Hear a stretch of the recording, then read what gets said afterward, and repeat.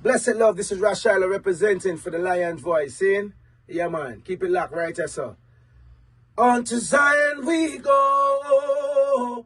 Lion voice don't move slow, no. Rastafari rules and reigns, and we're going where the blessings flow.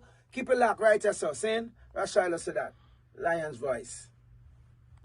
What are you waiting for? Come together, calling from near and far. Know who you are. What are you waiting for? Rally up, it's Exodus. What are you waiting for? Ancestors paved the way for us. Yes, I am Ketis Oyonde, asking, what are you waiting for to come together? The time has come for the lions to tell our own story. This is the Lion's Voice. African pride, root of all nations, boy. I tried with the lion, the Rastafari. Lion of it tried with lioness like I do. Empress on the front line, we need you. Well, this is Medicine, the steady one, and you are now tuned in to the Lion's Voice Network. What the lion fought for do? Scorch them. Roast and parch them. I will never stop, hail the Most High, and I will never stop, call Rastafari. Blessed love, this is Cushite representing for the Lion's Voice. We are here to tell our own story, Rastafari. Empress Manel, and a young scientist. Your role universally unfold. Be told. Blessed love, this is Itege Idama, and it's time for the lioness and the lion's voices to be heard. This is the Lion's Voice, Rastafari. Yo, blazing fire, yeah man, this is Ras Indio out of Belize, and the time has come for the lions to tell our own story, right? Yeah man, we blaze fire, burning the wicked and the dirty vampire. Yeah man, Ras Indio, say that, blazing fire, lion voice.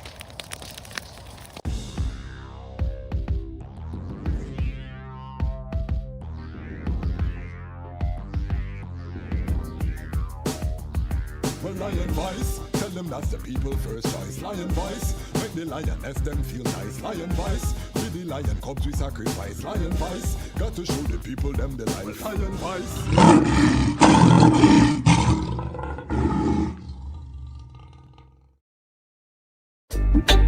Yeah, Rastafari, Emperor Haile Selassie the first. Tell the people about embrace many.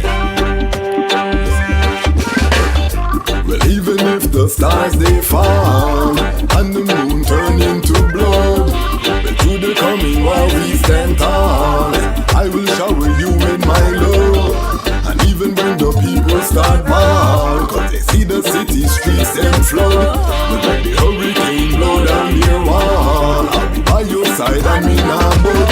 Think I found the love of a lifetime. I love you every day or the night time. Almighty, I made your light shine, and unto I, your love was a lifeline. Think I found the love of a lifetime. I love you every day or the night time. Almighty, I made your light shine, and unto I, that light was a lifeline. It seems like the world is upside down. I will never hide, I'd rather stand my ground. Lion of Judah blessed with the triple crown. Can't come fool I with no circus clown. Now fear no hurricane or the cyclone. Respect for Mama Earth with that embedded on me bone. That's why I will never leave you alone. Protect you from harm when the alarm sound. So even when the stars they fall and the moon turn into blood, through the coming war we stand tall, I will shower you with my love. And even when the people start ball, when they see their city streets them flood, when the hurricane blow down our wall, I'll be by your side, I mean I both. Think I found the love of a a lifetime. I love you every day or the night time. The Almighty, I made your light shine, and unto I, your light was a lifeline. I think I found the love of a lifetime. I love you every day or the night time. The Almighty, I made your light shine, and unto I, your love was a lifeline. They say hurt people, maybe that's why Babylon them so evil. Maybe Babylon abused as a child.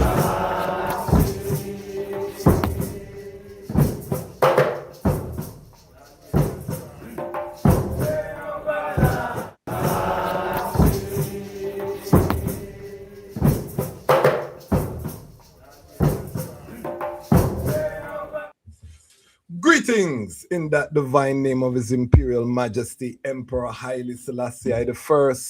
Glory and honor in the name of his chosen queen, Empress Waziri Menen. My name is Kwasi Bansu, aka the Chasmatch Kwasi, aka Ras Kwasi, aka the Reading Ras, aka the Pan-African Happy Man, a creative industry attorney. I'm an author, I'm an artist, I'm an actionist, and right now I am the host of Lion Talk Live special edition tonight. Welcome. The time has come. The lions are telling our own story, and this episode tonight is going to exemplify this. We have a Lion Voice Network family member here. We have some special guests that will be yadding through. This one is exclusive, so make sure, if you have not, get your ital snacks, get your meditation steady, and prepare for another classic episode. Before we get into the episode, we want to just take time and big up the greatest online community on the planet. Who am I talking about? I'm talking about the Lion Voice. If you subscribe, you're part of the Lion Pride. Big up the Lion Pride. I'm starting to get to recognize some of the regular contributors in the comment section. This is how the family forms, you know what I mean? And we don't take that for granted. I love each and every one of the them who have been supporting and building this uprising, this historic uprising of Rastafari and the Pan-African community. We are restoring, we are feeding, we are nurturing the Pan-African roots of Rastafari unapologetically. No water down on this platform. We are going to the root, and tonight we're going to take some time and celebrate a legacy. Good brethren, Bingi Sean, you've seen him on the platform many times. He's coming out with a book. You know, I'm the Reading Ras, so we have to big up the book. We'll have him forward even to go more in depth on the book. And he also has a documentary film that's going to accompany the book. And the item would know that this is part of our Rastafari heritage. And I'm glad that my brethren bust the seal. Because remember, when His Majesty was in England, he took the time to tell his own story. So part of Rastafari, I think every Ras should have a time in their life when they sit down to tell their story, because this is now goes into the archive. If I and I become ancestors in the physical, this is a legacy now. Our youths them can see the great great grands can now come and see from your own sound, you know, what you did, what was their legacy. And when we have brethren and sistren thinking about legacy, the moves you make are going to be a little bit different than if you're out here chasing the bag. You know what I mean? Because that is what they're educating our young people to do, is to chase a bag. You know what I mean? And right now, Armageddon, rumors of war, we've been waiting on this invasion of Iran to collapse the global economy, and we see just rumors we're hearing now. You know what I mean? The war is pending, military hardware being shipped into the region, and we've been talking about it on this platform for so long because we know the global implications that it's going to bring. But we've been preparing by building community. That's the only solution that we have, is to come together as one, to build ourselves. No one else is coming to save us. I hope that we all are on the same page, knowing that no one is coming to save us. And we can just work together. We have our media platform, and we're not going to stop. We have to get our own version of Starlink too. You know what I mean? We're not just going to depend on YouTube and all of these platforms that we don't own. We're talking about Rastafari sovereignty. My guest tonight, Bingy Sean. We're going to talk about some sovereign talk too, because we hosted a panel and a conference in Ghana in October, where we were talking about Black food sovereignty, Rastafari food sovereignty. So these are things that we're working together with, and we're going to touch on them tonight. It's going to be a fulsome reasoning this evening. However, before I go into the reasoning tonight, I want the item to share the link with your family, with your friends. I want to also just share something. We just coming off a historic webathon, and we want to share just a little bit of information for the item. So check out this, and then we'll come forward within the fullness of time. For generations, Rastafari in Jamaica and across the world has carried a cultural and spiritual footprint and voice for justice globally. Yet this same community has continued to be marginalized, exploited, put on hold, and unrespected. This has manifested through discrimination in the ganja industry. And we were able to successfully get the charges dropped against the young man because Rastafari should not be in 2025 prosecuted for ganja at all. Barring of children from school because of dreadlocks. Harassment for its stance against vaccination. Exclusionary employment practices. And use of intellectual property without compensation. Out of this continued adversity, a significant force towards unification, organization, and centralization has been gathering momentum across Jamaica. 14 Rastafari mansions and organizations, now referred to as the Rastafari Umbrella Group RMO, have joined together under a historic constitution with a clear and unified mission: to harness the collective assets and resources of the Rastafari community, to fulfill the Rastafari creed, to advocate for the interests of Rastafari with one voice, to advance cooperative economic empowerment, and to facilitate partnerships with Africa towards reconnection and repatriation. Near the end of 2025, the importance of unity was tested in a way that no one anticipated. Most times, history does not ask if one is ready, it simply arrives.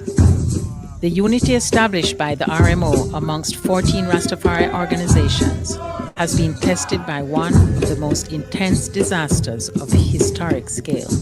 On October 28, 2025, Jamaica was struck by one of the strongest hurricanes in its recorded history.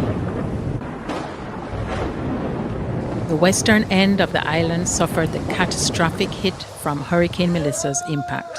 Jamaicans from every walk of life were affected, and in response, something powerful happened. Across the island and throughout the diaspora, relief for Jamaica poured in. Musicians, influencers, NGOs, churches, community groups, and everyday citizens mobilized. Jamaicans and Jamaica lovers acted with speed, generosity, and heart. For many communities, help has arrived and is continuing.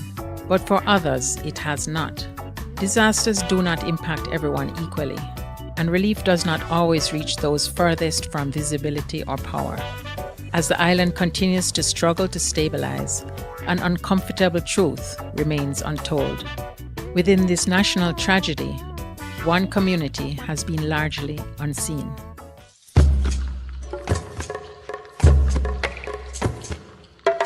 So we put the link for the GoFundMe in the chat. There's still opportunity. We're going to have the RMO representation on Wednesday to just give a report on the webathon and the whole vibration. Very historic. We had His Imperial Highness Prince Myers blocking sound, Dr. Julius Garvey, Julian Marley, surprise performance by Chronix, It was just a show of Rastafari unity and coming together. So we definitely and you can still see the webathon. It's up on the platform, so you can still pay, give a contribution and check it out. It is still there, and the fundraising continues. So whole heap of works happening. And the beautiful thing about it is that it's about repatriation. You know what I mean? That is the fullness. So before I bring forward our guests, I wanted to play one more video for the item.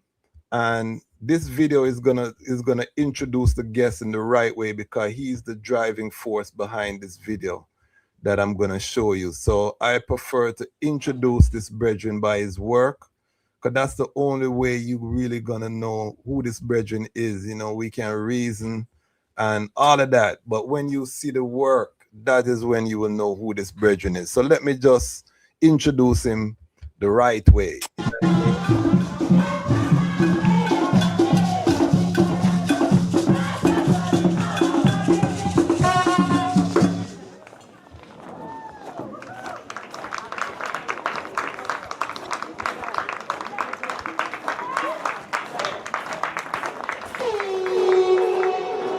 Yeah, them are looking at heaven on earth.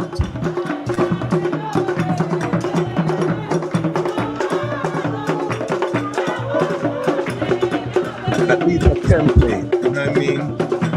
When we talk about these things on this channel, we want to know that we're not just running our mouth. You understand?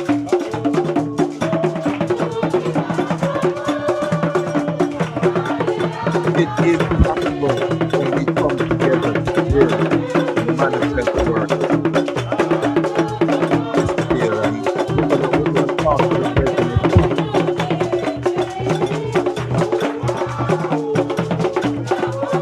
Those who know the channel know this is the page to hand up the sustainability to Crown HABESHA. The item know I'm a board member. However, the boots on the ground, we have a lot of documents done. Talk about the mastermind, Foreman, Field Marshal, this manifestation.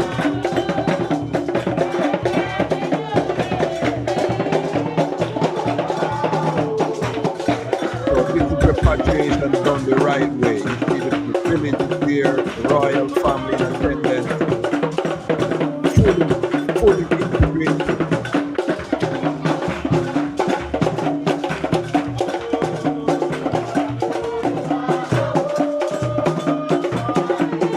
Fully integrated.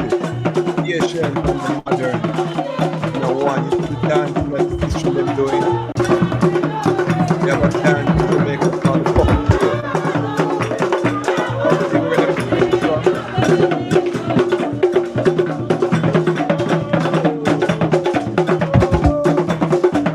Yes, real life.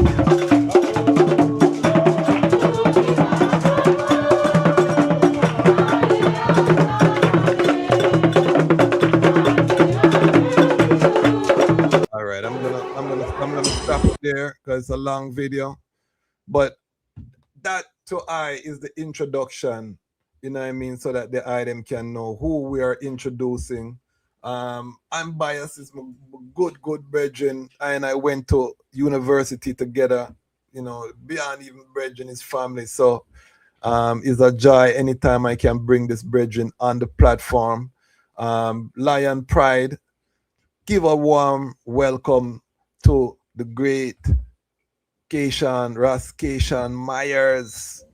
We know him as Bingy Sean. Haile Selassie I. Rastafari. Rastafari. Give thanks. Yes, Give sir. thanks. Yes, the Lord. And the brethren is coming to us from the gates of the great Iras, who's also an alumnus of this platform. We're going to Yes, talk sir. to Iras shortly too. Tonight we is about celebration. You know, it's full circle moment, as the I say. So I introduced the I by the I would say crowning achievement. You know, 50 years. The I just turned 50, and you know what I mean, the I has manifested a template for what repatriation can and should be. Just introduce the I self to the global family who may not know the I. Yes, I, highly I, Selassie I, Rastafari, give thanks and praises unto the King of Kings, Kadamawi, Kadamawi, highly Selassie first. Yeah, and is Ras Cashawn Myers, Executive Director of HABESHA Incorporated. HABESHA is an acronym for Helping Africa by Establishing Schools at Home and Abroad. And is a Pan-African organization that cultivates leadership in the youth and the families through 5 major areas: cultural education, sustainable agriculture, entrepreneurship, holistic health, technology. And as I said, Kwasi, you know, we see, you know, the blessing that I have been able to build up the Kweku Ando Sustainability Institute, Kazi, that we just saw the video. And, you know, even up to now, as I see the video, we truly give thanks, because it's been a long journey to get to this point, and we know we have even more to go. But we give thanks that we reached this both in the like I say, the golden jubilee of I time, and also just to be, you know, amongst the living during these times for African people. So it's a blessing to be on the show. Big up the I, like, you know, the Lions Voice Network, you know what I mean? I am from that time. So yeah, just enough respect to the I. Give thanks for the content, staying focused on the mission from that time, and just seeing the vibes continue to grow. And we know the vibes going to grow even more and more still. So, you know, yeah, enough love for the I, same way. And we just sitting up here reasoning about the Howard University times, and how them times shaped I and I. Yes, I. You know what I mean? Like, they really, really shaped I and I for what we doing now. We prophesized these times, so we have to acknowledge that, you know, that the seed was planted 25 years ago. 26, 20 plus, 25 plus. And there I touch a key point, because as young Rasses, you know, we were reading books like Rider on the Pale Horse. You know what I mean? We was you know, Lyndon LaRouche used to have pamphlets. You know what I mean? We had all this literature that we were consuming about this very time: martial law, lockdown. You know what I mean? All of these things were, you know, as young Rasses, we were visualizing and preparing. And now, you know, them times we didn't have children. You know what I mean? I was the first to have youth, but now we're family men. You know what I mean? We have grown youth and the fullness, and we've seen it manifest. So, but I want to start with the book. You know what I mean? What is the motivation for the I now? 50 years to just take this time as reflection, and what is the name of the book? And then we're going to get into how ones can even support the book as well. But what was the motivation? Yeah, well, give thanks. You know, is His Majesty always, you know, tell his story through the book, you know, and you know, through the autobiography 1 and 2 of His Majesty. We know that, you know, that's always an inspiration, you know, for I and I to tell I and I story from that time. And same way, you know, give thanks to the I, as just I am for who also I keep brethren who I see, you know, write a book, you know what I mean? And really just give even the inspiration to say, yeah, we have to tell I and I story. So yeah, we big up the I on that one still, you know, because yeah, it's been a strength. And then, you know, going into the 50th year, you know, I and I just saw, you know, we wanted to tell the story of the ones who had poured into I and I, had showed love to I and I, you know, and tell I and I roots, you know, and really tied into the fullness of how I and I even come to His Majesty, and, you know, how everything come full circle now with the reality of what I and I live in. So yeah, it's a multi-purpose inspiration. And really the Golden Jubilee, you know, was an opportunity to celebrate that and to cultivate. So yeah, man, it's a reflection in one end, and also it's like a looking forward in the next side, because we see, yeah, this is where I and I coming from, and this is the path that we moving in. So yeah, and what I love about what the I has done is not just a book. The I pair it with a visual, a documentary. I sat down and was interviewed for it. You know, you have talented young up and coming filmmaker, Sister Cherie, you know what I mean, who Yes, sir. has been working very diligently with the eye. So what was the heights between now pairing? Because, you know, one of them is a monumental achievement, but to put two of them together, that's, you know, that's something that the eye would do. But why at the same time take on so much? Well, you know, again, it is His Majesty with how everything aligned. I'm showing you because check the full circle now. Check this. The full circle is that in 2014, we had a sister who was a participant in the Black Tar Roots program named Summer Robinson, traveled with us to Ethiopia and Ghana. And we encouraged her as a student, a high school student then, we encouraged her to document her story, you know, of traveling. And she initially talked about film. So we said, you know, use the camera and document, get video footage and photos. And she did the film, and we also encouraged them to journal in whatever way. Fast forward, we traveled to Ethiopia and Ghana, 25 days in Ethiopia and Ghana, returned, and within 3-4 months, we see her at an event. And her grandmother, who we knew, came up to us and said, look, you know, Summer, have you seen Summer's new book? And we say, no, we didn't know about the book. So she was like, Summer was with her. She was like, Summer, show Brother Cashawn the book. And she was at first nervous to show the book to me because she was like, it's not fully finished. She didn't want to show it yet. She wanted to be a surprise. She pulled out the book. It was a fully bound book that she had, and it was called Summer's Journey Abroad. And it documented her story from Ethiopia and Ghana. And just to tie it in full circle, the photo that she used for the cover is the same photo of the institute and the mountain that is Ghana's tallest mountain, Afajato, and also where the Kwekuando Sustainability Institute. So she kind of prophesied, if you will, and brought into vision this place that we had saw would be, you know, it without even knowing that's what we were planning. Full circle within that, from her book and her film that she did, because she did a film and a book. Her film was called 25K in 25 days.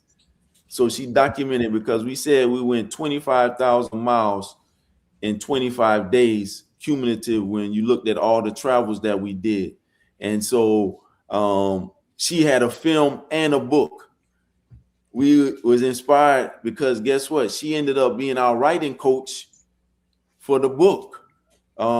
Big up Silver Bangles Productions is the name of the writing company. So a youth that I taught and helped to facilitate her travel to Ethiopia and Ghana, and she later was a study abroad student at the University of Ghana there through a university in the States. So I say all that to say she helped to do the book, and as I mentioned, Sister Cherie, someone who we worked with even previously when we had COVID, when we had to transition all of our programs to online and video production. We had some of our training programs, specifically Habesha Works, that was, you know, recorded by her. So both of them were available and had worked with each other already.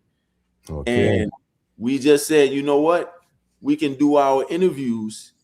And now what we were able to do, I look at it kind of as a hack, kind of like we use the transcripts from the interviews to now help inform our book. So we now, you know, transcribe that and can use that now as a part of our book and how we can help to tell our story. So the book and the film tie hand in hand and also can be seen and read separately. So just give thanks to the team.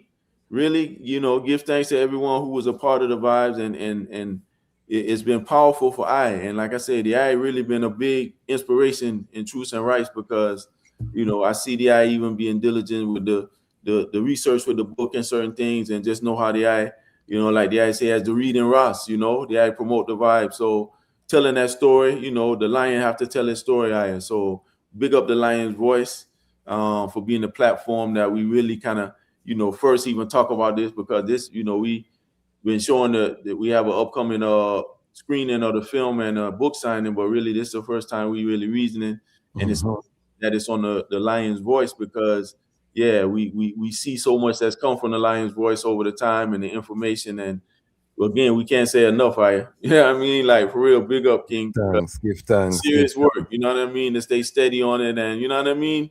Yeah, enough respect. One of the things I said when I was interviewed for the book and the documentary, as a young Ras going to Howard, Bingy Sean was one of the first brethren I really saw execute the idea from a concept to reality, you know, with that passion and vigor, you know, the enlightenment reasoning. We had a online campus organization, you know, when we were chatting up, big up Masiai in Bermuda. The brethren established the ERC, which was the Ethiopian Rastafari Community. So we had an on-campus Rastafari organ. There was so many Rasses at that time on campus, you know. So we built a unity. Bingy Sean was there as one of the founding members, as well as Ayman. We had others. And so we planned an enlightenment reasoning, because when you're on campus, you get a budget. You know what I mean? I never know these things. You know, I'm attending Howard as a student. But he was in grad school still. So he was, you know, coming from FAMU. So he knew the university system. So I would just be watching this brethren work in the system. You know what I mean? Because we were moving right hand them time. You know, we going to check Dr. Battle, the brethren in the church. What was the brethren in the church who ran the church? Oh, I know that. I can't remember the brethren name. I know that you're talking about. Yes. So I'm just there seated up, you know, just watching the whole fullness. And this is where the actionist side of I and I was born. You know what I mean? Is watching this brethren execute the judgment. So it's really a mutual admiration society. Rastafari. You know what I mean? Because coming from Toronto, you know, before I came into the Liberty, I was just trying to program the daughters them. I'm going to be honest with the item. You know what I mean? That was my program. So coming far right and that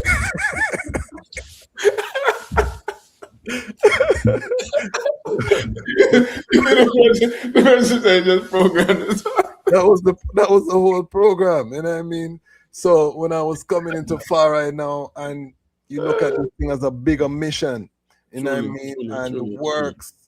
And there were a lot of other young Rasses, you know what I mean? So it wasn't just I and I, you know what I mean? It wasn't just I and Bingy Sean. It was a portion of ones, you know. This was a red hot time on earth. Sizzla Kalonji, Anthony B, you know what I mean? The whole, you know, musical scene was just fire, you know, it was fiery.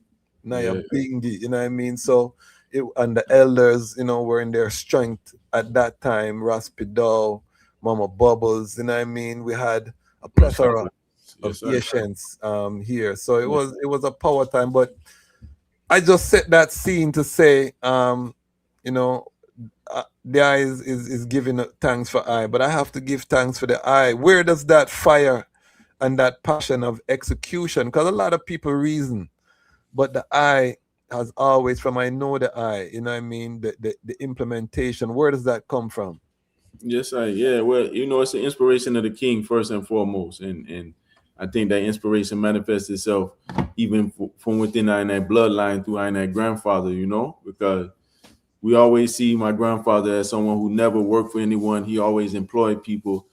He always stand up, you know, for truths and rights in that way. And you know, it's a certain work ethic, which is the same work ethic now as I come in the older age and seeing the King, as I study His Majesty, you know, and see that that's the exemplar that we want to heist to. So we saw it in our grandfather as, like, you know, a king within his own right, you know, and how he moved and how he took care of family. And then now to see the King of Kings, Emperor Haile Selassie first, it just take it to a next level, you know, and really just to really studying the Majesty, seeing it's a formula, Aya. His Majesty show I and I certain things, even how we know His Majesty, the schedule of His Majesty, 3 hours of work, an hour of prayer, 3 hours of rest, an hour of prayer, and 20 hours of work. You know, that's I and I, you know, we striving to be those levels to where the King move, you know, and at the same time, it's still, even if we're not to that higher heights, we know that we can set our regimen and we can really use the mathematics of how we, live every day to help I propel within the forward motion that we ice. So that's really what I see, you know what I mean? And His Majesty is the exemplar for that. And now the more success we see the formula keep moving. It's a formula right now, Aya. So it's tapping into the iridical formula to where we now can be on a rhythm to where everything aligned, or we have, the perfect alignment. So, that's what keep I moving. And same way, I family, Aya. That's really, having the family is a shield and buckler. Big up Ras Noel, because you should always tell me that moving with the family, it help you. It's your protection. It's I protection, So I give thanks for the family. Give thanks, And for the brethren, then break that down. How is family protection? Just break, because you can say that. Yeah. But a lot of brethren, are not family oriented. So break that. How does a family provide a shield? I'll show you on an iridical level and on a physical level. So on the physical level, even in Babylon, when I was really moving, in stateside like that, we knew that anytime that we travel, when I had Queen and youths in the vehicle, it's less likely that when we stop that Babylon is going to do too much harassment for us, because now moving with that family is more eyes, and it's also we moving in a sovereign way, So it's a shield. All of us coming with our iris. So it's like the ones that's less likely when they see a baby in the car seat, they see you got your. So it's versus seeing me as just a one black man in the vehicle. Yeah, I see it, or me and the next brethren. That's on a physical level, you know what I mean?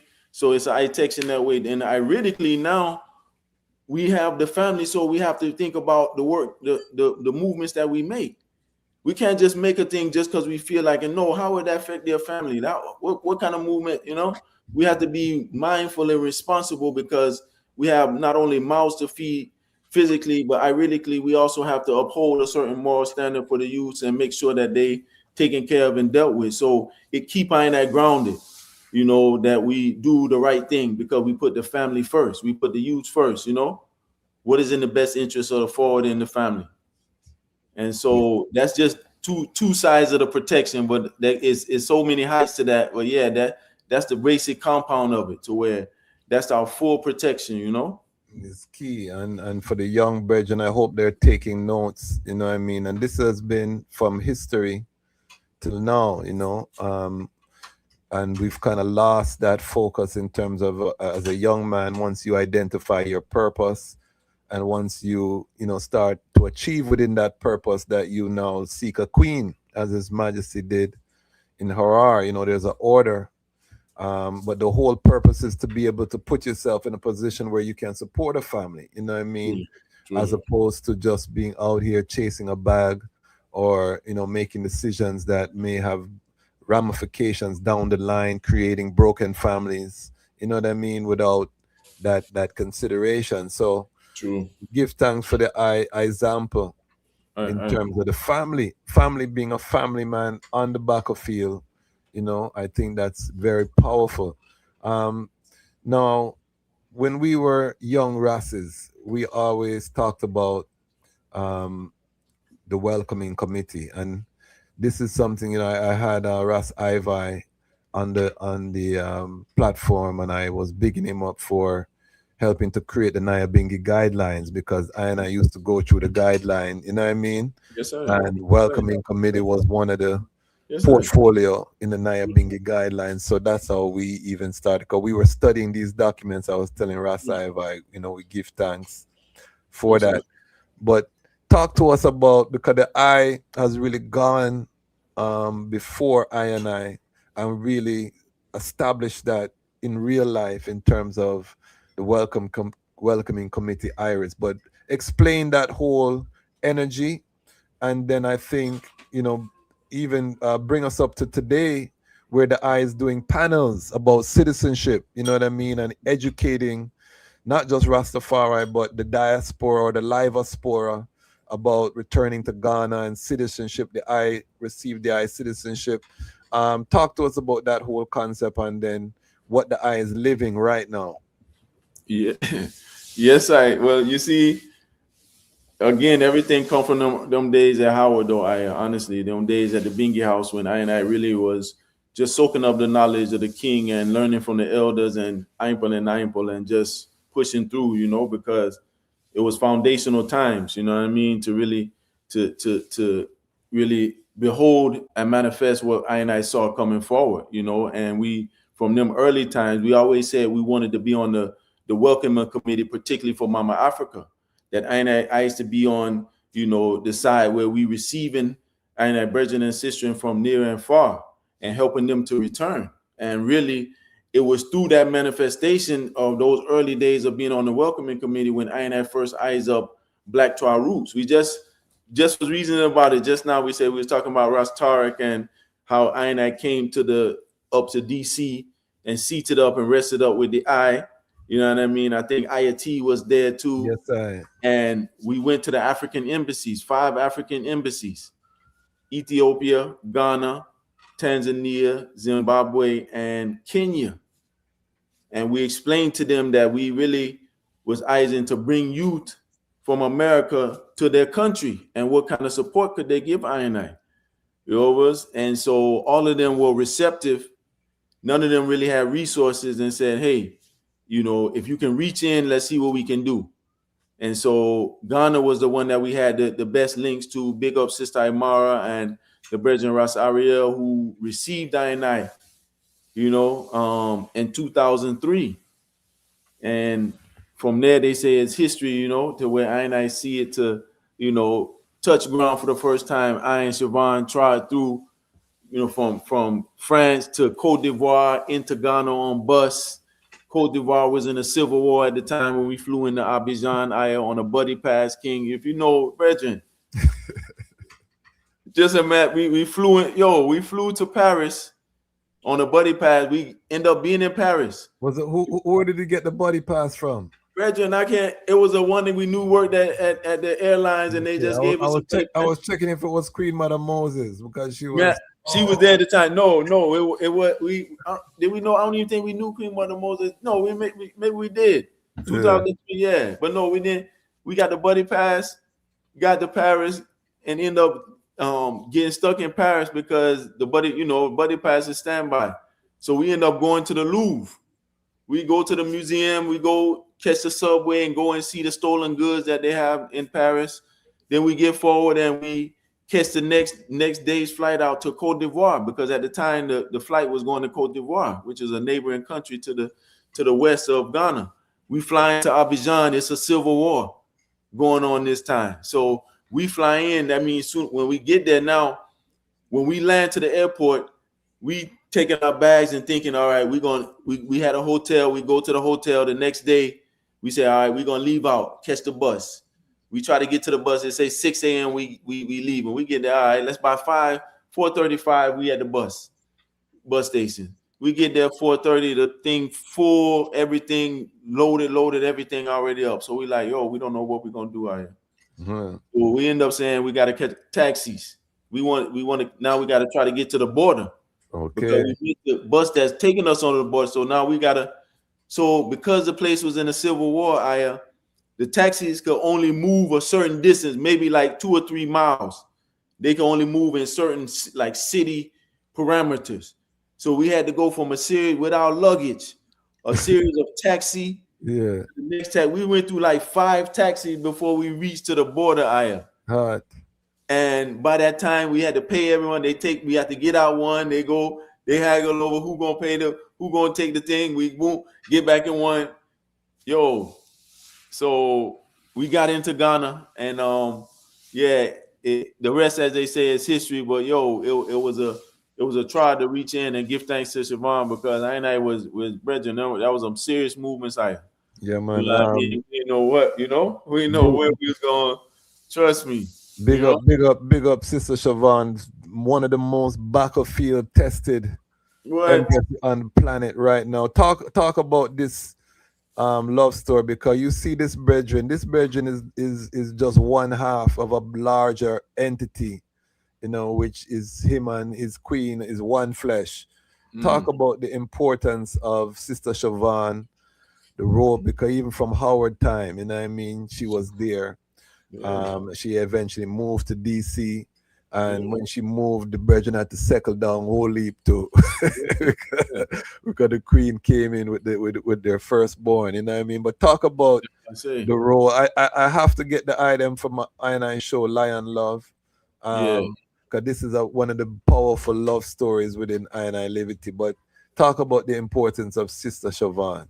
Yeah, well, it's funny that I said that because we're talking about, you know, I mentioned the film that's coming, you know, that's a part, she's interwoven into my life and my life story. So we give thanks because every step of the way, you know, from I first, you know, starting our locks off to we first going vegan, you know, 1997 February. This is 29 years now. God. This 29 years that we did it together. It was a lecture I saw of Dr. Africa at the Arcade Center in Tallahassee. I went to see that lecture. I went from eating the rooter to the tutor. Those in the South know what that is. The rooter to the tutor. The rooter is the nose to the tutor is where, you know, you eliminate your waste from. We would say we eat the rooter to the tutor. You know, on the pig, you eat all parts of it, from the feet to everything, the chitlins, everything. We went from that to overnight cutting off everything. Once we saw this lecture of Dr. Africa in person, and we got a chance to see Dr. Laila Africa. So after I saw that lecture, the next thing I did, she was in Albany at the time, at Albany State. I was at FAMU. She was at Albany. I called her and I said, yo, I'm cutting all flesh, dairy, everything out. And she was like, I'm with it. You know what I mean? And from that time until now, you know what I mean? We still at it 6 years later, you know what I mean? And, you know, in all ways, I, you know, have been together and every step of the way, you know, she been a support. She been taking the forefront in certain things as well. So it's a big up for her, you know, and what she's doing even now on the continent and, you know, continuing to pave the way, particularly as now with the plant-based cuisine, because I told ones, yeah, I was there in October. I told ones, I'm a witness. The #1 plant-based chef in the world. I said that at the beginning of the program, the conference that we had. Yeah, I remember, Kwasi. Yes, I'm a witness. And by the time that man like Ross Bobby and everyone there, some 75, 100 people who were taking meals daily from, you know, they had to concur. You see, so I'm fortunate enough in that way on the level of that's the food, you know, that I get on a daily basis. You know what I mean? Like, so it's on them levels alone, you know, that done brought, you know, that as they say, done added years to my life, you know. So the healing food that, you know, she been a healer to I on them levels, and to have six of my youth, you know, I can't even explain that, you know what I mean? Because I love all of my youth, and I give thanks for all of them, you know, from the 26-year-old to the 4-year-old. And so even for, you know, a woman to have she's in 3 different decades of having children. She had children in the 2000s. She had children in the 2010s, and she had children in the 2020s. Huh?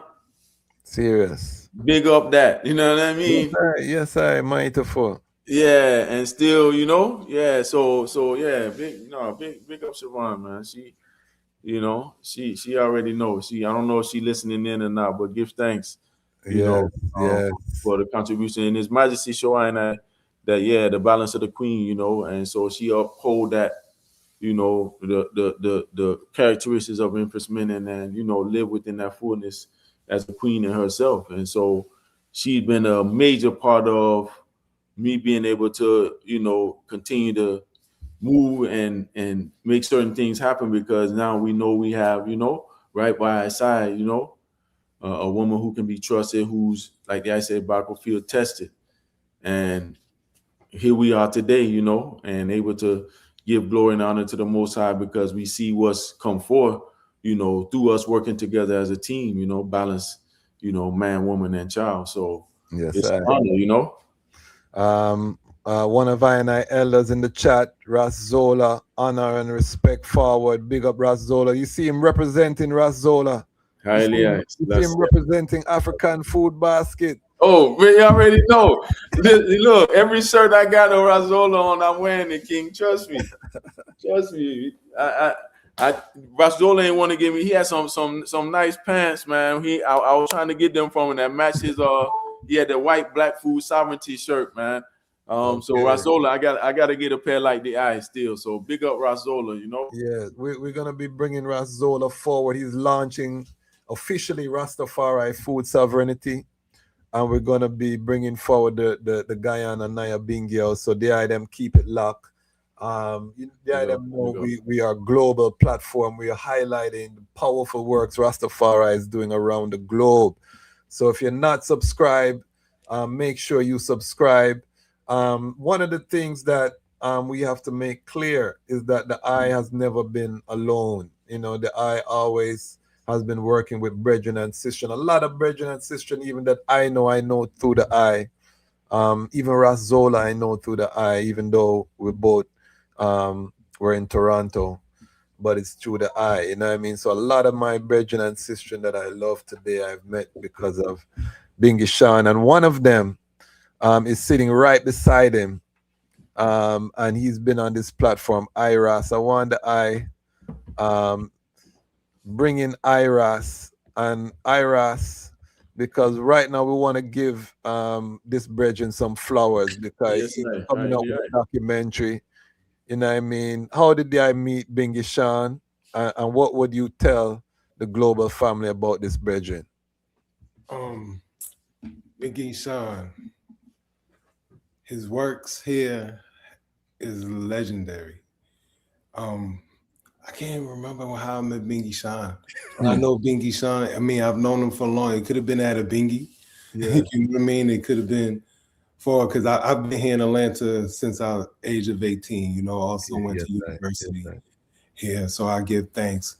But the works that Bingy Sean has done, number one, he's helped a lot of different Ras just here in the community. Myself, like there's time where we're in the university, Georgia State University. Yes. And this brethren here was in charge of the Upward Bound program. Okay. At Georgia State University. And we had these youth, inner city youth, dealing with all different kinds of issues.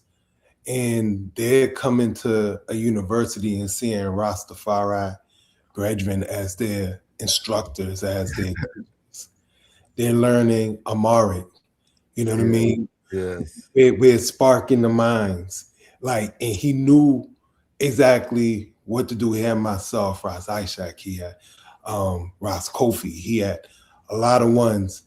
And Ras Trey. And the thing about it is they couldn't really say anything to the brethren because you know what? We was all qualified. Yes. I had the qualification. Say that part again. Say that part again. We was all qualified. We all had our paperwork in order. You understand? So they couldn't really say anything to us because our paperwork is in order. And that's one thing. Just legendary. And that's just one aspect of it because this was like every summer and we had these youth and we was taking these youth different places. The things he's done with Habesha, bringing youth from the inner city of Atlanta, youth that never see their first interaction was with this Rasta man right here. You understand? And for them, this Rasta man to take them to Africa, as I say, it changed lives. It changed lives, So like the works that Bingy Sean has continued to do, and the thing that he had said to me, he was like, "Yo, we just beginning, Aya." I remember when we was in Africa, we was in Ghana. He was talking about, "Yo, we're just beginning." Yes, sir. You know what I'm saying? Look at how much years of work he's already done. A lot of ones would sit back and say, "Okay, look, you're already on the continent. You have your family on the continent." But still, getting ones to come forward. See, the thing about it is that what's going on here is legendary. You see what I'm saying? You're looking at a one that's can help the eye come forward to Africa. This one could repatriate. Like, it's not just like we're not just singing about it anymore. Yes. You understand? It's practical. We touching the ground. We seeing each other over there. We're seeing what the real fullness is. The brethren is talking about the citizenship. Yes, the importance of the citizenship and whatnot. We know what it is, but at the same time, not just taking anything, because we're not just painting Africa like it's everything is going to be just smooth. You have to know what it is you're dealing with, you know, when it comes forward to Africa. You know what I'm saying? And this brethren is a link. He's a resource. Yes, I. The continent, especially for Rastafari people. You see what I'm saying? So when you talk about legendary things, we're going from going to the projects in Atlanta, where a lot of ones, you know, some serious projects, if you know Thomasville and all of them type projects there. Yes, right. Yo, the brethren going in there and taking them youth from there. He ain't taking all privileged youth. He taking them youth from there and taking them to Africa and having them touch Africa. And I know it changed lives. So, like, man, it's plenty of stories. You know what I'm saying? It's plenty of stories.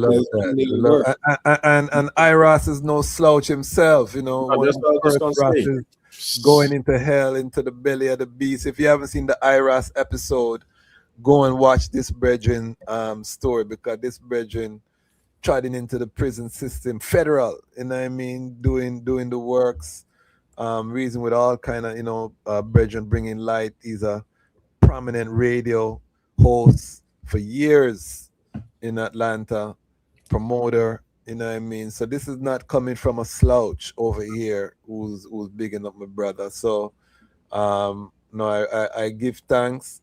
And he's also been to the continent several times. So yes, sir. You know what I mean, these are cutting edge brethren here. I want to just big up the item. I feel honored just to be in the presence, you know what I mean, of ones like the item who doing the works, and all of the brethren them try to surround, you know, build your circle with ones that you can admire, you know what I mean. If you're around ones and they just gossiping or complaining, you really have to examine thyself and put yourself in rooms with people who are being the change, you know what I mean. We don't have any time to play with it right now.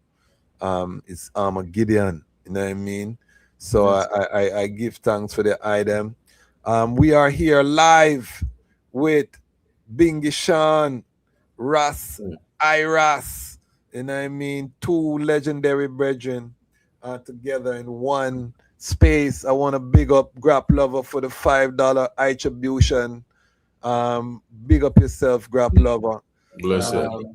You know, the king. A lot of time we're on these lives, and I know Ras Roots always drop a $5, but the item look like you want to leave Ras Roots by himself. You know what I mean? On the battlefield, a man of fire in big gun, and everybody just watching and saying, "Wow!" You know what I mean? You have to fire a shot too. So big up yourself, Grap Lover, because you never leave Ras Roots on the battlefield by himself today. You know what I mean? Big up all of the family, the global family. So we have a big event coming up, Bingy Sean. Talk about what's happening with Habesha coming up. Yeah, well, you know, just to follow up with the reasoning we was having earlier, and I said from them times when I trot up and you know, take the youth and we go to the embassy, the eye has always been an integral part. From literally us seating up and resting with the eye to, you know what I mean, just from them times being counsel, the eye as a board member, board chair and board member, legal counsel, the role that the eye has played in Habesha, we truly give thanks to the eye. Like, you know, it's been a strength to I, and you know, the eye is a brethren who I really, you know, see as a key brethren, you know, and someone who is a wise counsel. So, you know, we just give thanks to the eye for being that example and same way holding up the family, you know what I mean, and holding up all the works that the eye is holding up, you know, to continue to, you know, uplift the King of Kings, Haile Selassie first, and Yes, the sir. works, you know. So, man, just more strength to the eye still. You know what I mean? Because it's important, yeah. And so, within that, we are celebrating. Actually, first day 2 days ago was Habesha's 24th, February 4th, 2002 is the year that Habesha was formally, registered as an organization. So it's the 4th. That is our actual Earth Day. This year we're celebrating it on February 7th. And we really are celebrating, to honor, those who've been a part and those who have supported the works for the past 24 years. And we give thanks that, the family is coming even from near and far to celebrate with us, from 4 to 8 at DPAC Atlanta and East Point. So, it's as I reflect on the 24 years, and really see where we started and where we are now. It was just reasoning with some of the family about that, and we say, we see that in that time it's always been an upward trajectory and a steady progress with Habesha. And like I say, it's not I and I alone. It's many more ones that have made, the works of Habesha stand for itself, even like the Habesha Works program, our urban ag training program. It's through the ones who now have gone and got their certification through Habesha Works and now are representing, have farms, have businesses, doing other works in the community. They now represent on I behalf. So they become ambassadors for Habesha.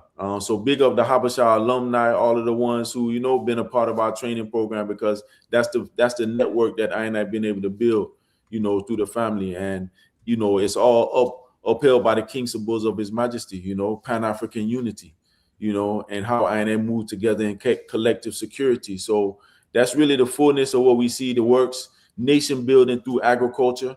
And now to be able to celebrate 24 years and to look forward and see what, the next 24 plus have to offer for I. And we give thanks because we see a forward progress. We hoping that the family will be able to join I.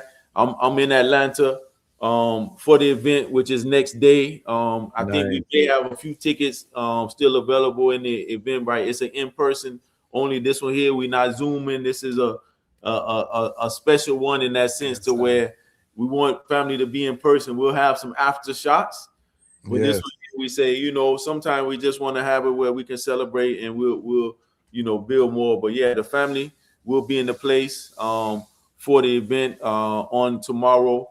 Big up Bob Marley today, known as his Earth Day. What I mean? Earth Day. So that's another thing that, it's always a blessing to, be to hail up the brethren, because he did a lot to help I grow closer to the King. So we always want to acknowledge that still non-partial, that And also he tried his Africa tour. Yeah. Powerful. Did a lot for Rastafari all over because of Bob. Rastafari is welcomed worldwide and welcomed in almost all parts of Africa, especially in Ghana. So we see it and we know it. So Ghana, every Rastafari brethren have to show gratitude to that brethren. You may not agree with everything, but that brethren has done so much for I, globally. Yeah, no, we honor him. We honor him. So it's a blessing for that. And like I said, we always love that Habesha Earth Day comes around his Earth Day time too. So it's a double celebration. Big up Ras Kofi, because Ras Kofi is doing the Bob Fest. In previous years we always tied in together. And we looking forward. The event is we got a 3-course plant-based meal that's a part of it. We have performances, we have awards, we have various other activities going on with vendors. And then guess what, we also have some, in addition to the meat, we have some desserts from Free Birds Vegan Bakery. We got big up my sister. Long time I haven't had the Free Bird. We got Mystic Roots that's there, Food Earth Bird. Sister Aja. So the food is, of course, always top quality. Top notch. Top quality. We have some special performances as well. It's a way for us just to celebrate, because it's important that I also, in the midst of everything that we see going on, which is considered doom and gloom, let's celebrate the triumph. You know, big up Baba Wakesu, who tells us it's about story healing powers. We have the powers even to turn everything that's going quote unquote against us into something that can help us as we move forward. So this is an opportunity for us to celebrate the wins, celebrate the things we've done to strive, Aya, and just big up Habesha and big up the family. 24 years, Aya. You know, and been from the beginning, you know? Big yes, and it's one of my crowning works, Habesha. You know, the works that I and I doing with Habesha is one of the crowning works for I and I. And it's a Pan-African work, you know what I mean? And, you know, this platform, one of the things I wanted to do is make sure that we always keep that connection between Rastafari and the Pan-African works, you know what I mean? Because we know they try to make Rastafari kind of like a hippie, love type of vibe, where, you know, but really the root is Pan-African, you know, and the liberation of Africa, you know what I mean, redemption, black man redemption, all these things is foundational to the liberty. So to I, Habesha is how I get to exercise that muscle in a structured way, where we're working with not just Rastafari people, you know, we have all different people, Pan-African people in Habesha, from the board to the staff to, you know, so it's I and I working, even though, you know, Rastafari has been a leadership definitely through Bingishan, is, you know, His Majesty is in our bylaws that I and I drafted. So, you know what I mean, it's the foundation is Rastafari, but it's the Pan-African part of Rastafari. We've always had the word Pan-African in our mission statement, you know, and we fought for that, you know what I mean, even when it wasn't fashionable. You know, I know a lot of time ones would come to Bingishan and say, take out the Pan-African out of the vibe so that we can get funding, and you know what I mean? And the brethren always stand firm and say, no, you know what I mean? We have to keep that in the mission statement. Let me ask you a question. Yes, sir. Just with my radio thing, why is it important to focus on a Pan-African? Take it. I'm sitting here with questions. It's a progression. This is the reasoning. This is the lion talk. Listen, yo. I'm gonna tell you guys something though. Trust me. What just happened on so many levels. We just reasoned about this earlier, but what just happened on so many levels, it ties into what the I said, because you know this whole thing, the diaspora wars and certain things like that we see going on right now, that is really a way to try to divide I and I. We see that for I, born in the U.S. in, you know, Southeast Georgia, in the country, the rural area, right, on this soil, we know our ancestors were enslaved. I and I also see the Pan-African within I and I. And so we see it that where we can't take our plight from any of our and I brethren and sister in plight. You know what I mean?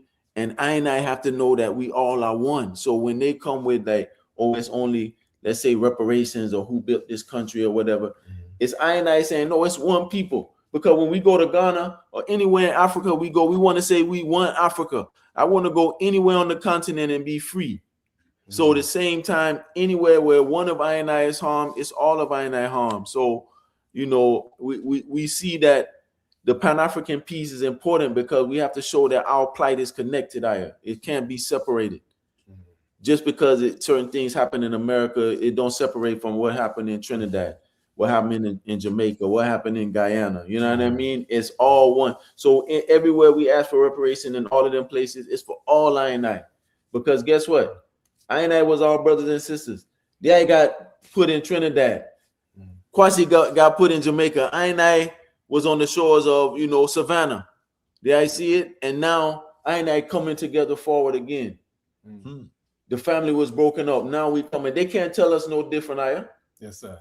They can't tell us that we wasn't the ones who was taken away. So we crushing the diaspora wars, Aya, and you know, we just in the fullness, we want to just big up to you, I Show Speed, you know, because we see that you show that the love that he get from Mama Africa, you see, and I see all of these things happening at the right time, because now it's a practical Pan-African unity that's happening on the globe, and Rastafari has been at the tip of the spear of the repatriation and the reclamation, the reparations movement, and so it's our time. It's our time to continue to push and advocate for the healing, for from the negative effects of the transatlantic and the Arab human trafficking, from colonialism, neocolonialism, Jim Crow, all forms of oppression. It's I time to heal, Aya, and that's what I really see what's happening right now in real time in creation. And so we look at every aspect as not coincidental of what's happening, and you bringing this awareness to Africa right now. You know what I mean? As I see that it's Mama Africa time. We see what's happening with Traore and all of these ones who are coming in. So it's I time. And we just encourage people to focus on Mama Africa right now, and both in the physical, the mental, and the iritical. And the great return. Because remember, when we were young Rasses, it wasn't too much people going to Africa. We were talking about it, but there wasn't too much people from the West going to Africa till we now become grown. All of us have gray in our beard. And now we seen, you go on a flight now, it's full of black people from the diaspora. You know what I mean? The first time I went on a flight to Ghana was, I can't remember the airline, but it was white people. And KLM. KLM. Yes, KLM. Yeah, I know it. 2005, I remember. Yeah, I booked the ticket. So I know it. But there was all white people and maybe Ghanaians going home. To the last time I went to Ghana in October, the flight was full of Black American, you know what I mean? Who, different tour groups and all kind of different ones that were chatting. And we living to see this with our own eyes. It's not somebody telling us this. You on the ground in Ghana, you're hearing a British accent, you're hearing an American accent, you're hearing, Caribbean accent in real life, you know what I mean? So we now living to see the return happening, you know what I mean? It started as a trickle and it's getting bigger and bigger, no matter what they're doing to stop it. This whole FBA, ADOS, whatever, we know what it is, you know what I mean? And we give thanks for it because not everybody need to return anyway. Truly. You know what I mean? But the ones who are supposed to forward, you can't stop the tide, you know what I mean? And the iShow speed is just an example of you can't stop the tide. The youths, you can't tether these youths. They're online, their irates there's no limit to their irates right now, you know what I mean? So, yeah, even my youths, I could see the little pride they had watching this young brethren who they know as a streamer. And they lived in Ghana for a year, so they feel like, he coming to, he opening his eyes to what we already know, So it's an Irish thing because it's now Africa's mainstream, you know what I mean? And I have the blessing of being, as I say, on the welcoming committee. But now, what is the future? Right now, we got a brain trust. Because when you have Ras and Bingy Sean in the same room, you can't let that go to waste. You know what I mean? So we got to do some strategizing now on the global platform. How the IDMC, I'll start with the Ras in terms of, we're watching the global chessboard right now. Right. It's very clear that something is about to kick off. You know what I mean? I think we can disagree on what it is, but we all know it's the calm before the storm. Something is getting ready to kick off globally. We think COVID was just a preparation. What's the next move? How do I need to be preparing IRAS? Repatriation. And what's the first step? What's the first step for repatriation? What's the first step for anybody? What's the first thing? And I'm going to say for ones out there, at least start off with a passport. Okay. Start off with a pass. Some ones don't even have a passport. Start off with a passport. And understand, just because the weather is beautiful and nice, if you're in the Caribbean, they don't care nothing. They will sacrifice you. And when I say they, I'm talking about Babylon will sacrifice you. You already see what's happening with Venezuela. Yes, enough love's out to my Trini people, but the most of the island is asleep. Yeah. Wake up. Serious. Wake up and understand what's going on. Overstand when you don't hear Trinidad's name in the news is because to them Trinidad don't matter. So wake up and know what's going on. Start the repatriation process. Start whatever it can. Get a passport. Get on a plane. It's not mystical. Yes. It's not that Say that again. Say that again. You need to do some reconnaissance. Yeah. It's not mystical. Yo, go get your passport. Get your paperwork. You know, we was talking about when Bingy Sean had hired ones, right? At Georgia State University, and they couldn't say nothing because our paperwork was in order. Right? We all had our paperwork. That doesn't just talk about degrees. Your paperwork also is your passport. Your paperwork is your visa. Your paperwork is if you could get a passport and citizenship of another country. You see what I'm saying? Your paperwork is your money. It's also paper. Start stacking. All my Rasta people out there, right? If you're smoking ganja, if you smoke ganja, you could buy a plane ticket. Okay, this is the heat now. Herb is not cheap in America. Tell them Tell them right now for your eighth. What you know what I mean? The man been paying what? $60, $70, $80. Right, though. It's choosing right. Yeah. A few spliff, a man I pay $100 right now. 3, 4 spliff. What's going on, Ras?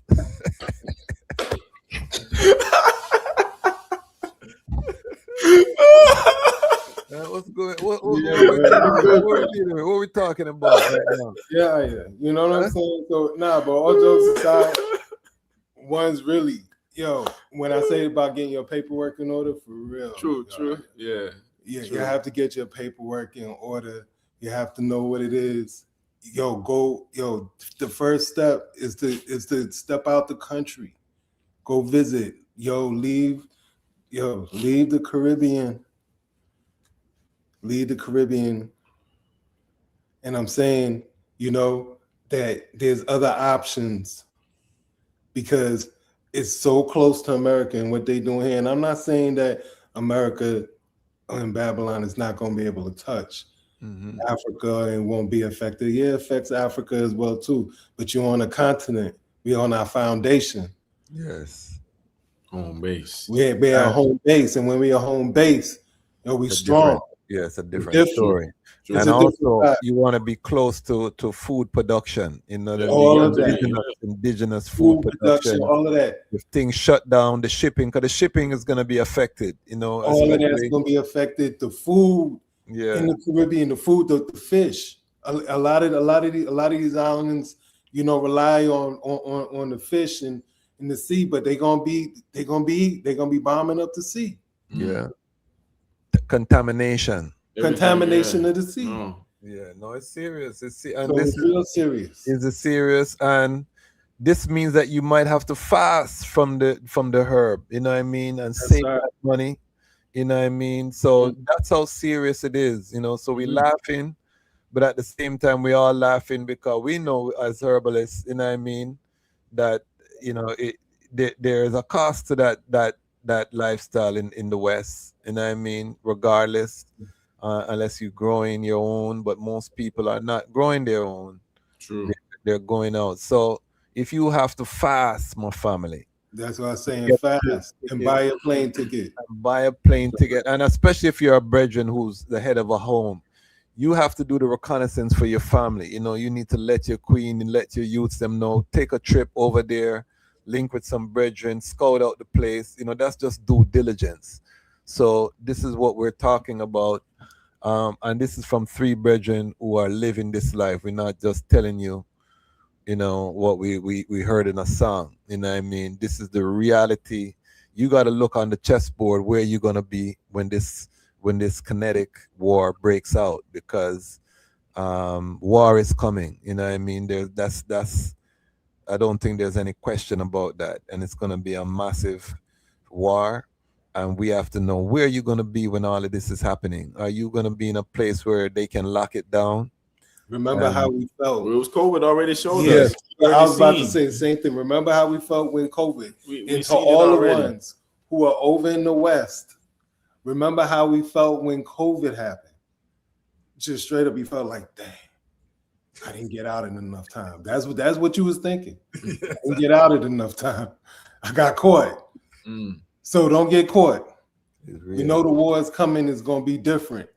They're going to control the air. They're going to control the airlines. Yes, yeah. That was they showed us already. Like they said earlier, it's a test run. So yeah, you know, and really, you know, Kwasi, I'm you know, stateside for a short time, and really my sound is to our people, you know, to return home. You know, that's really the sound. That's the trumpet that we're blowing right now, because we see what's happening there, and we have practical ways. So we return into the earth, you know, in a reality. His Majesty already set the template, you know, for how I move, and even when you check it, like the rebuilding, you know, because you see, I see that His Majesty, even when His Majesty returned in 41 to rebuild Ethiopia, that was really to show I how to be able to rebuild, and it was intentional for I, and even a message for I coming from the West. How do we rebuild? So we take that as I, you know, gold standard on how I move, and really setting up the infrastructure for our people. I doing it on, you know, we say a micro level with Kazi, but the idea is that we create these templates that can now be replicated. Yeah, I see it. And so now it's through having partnerships and working together with other ones. How can we replicate these models that we put in place on a micro scale? You know, how we can use our biofuel, how we got our food forests, how we growing and making our blocks to build our structures. Yeah, I see it, using the natural bamboo and the natural things around us to create infrastructure, and doing it in a way to where it's environmentally sound and aesthetically to a higher level. So that's really the work that we're doing right now. We creating the Zion on earth, the future that we want to see. Hold on, King. Because I want to give us some narration as to what the people, because I don't want people to think they are just talking. Look at the backdrop. Some people think this AI generated, you know. I don't want people to think it's AI. They say this must be AI right here. Yeah, I don't want people to think that they are just burning a spliff, you and Ras over there, smoking high grade and just running your mouth over there. What are we looking at there, King? What are we looking at? We at the foothills of Ghana's and West Africa's tallest mountain, Afajato, right? And we also are bordered by Ghana's second tallest waterfall, Togbe Falls, which is the border of this land. This is the Kweku Ando Sustainability Institute. So we can see that we tucked off in full greenery.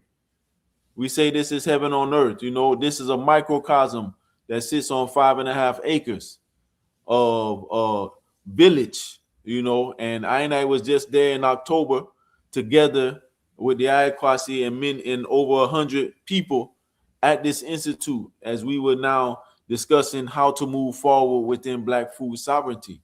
And so you can see to the left, there are the solar panels in our solar car park, our bamboo pavilion, our eco domes, our eco octagons, the reception, our George Washington Carver fruit orchard, and all of the other elements that we have within the institute. So this was at our Jojo May Fest.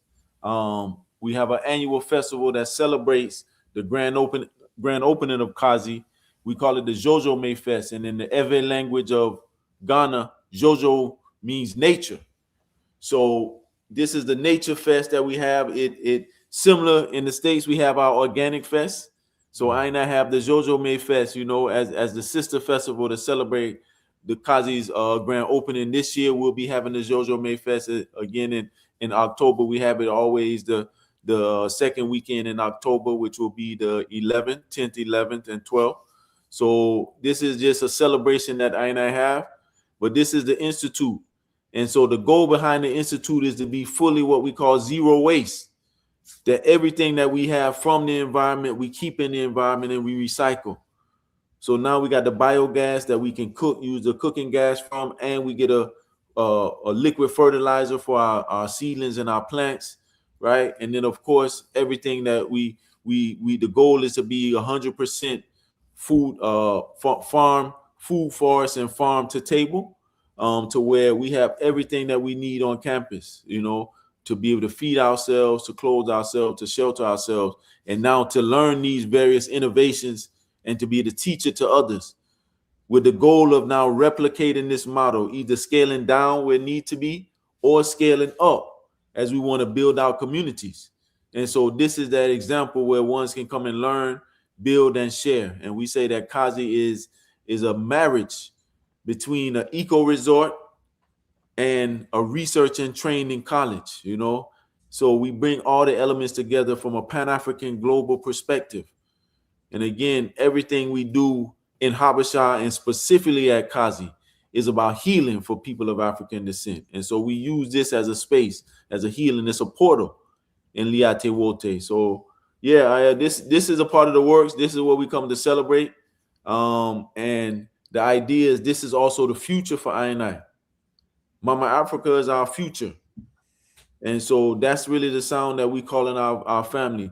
Let's return. So another thing, as Ira said, get the passport. What I would say is connect with a one or ones who are doing work on the continent. Yes, I.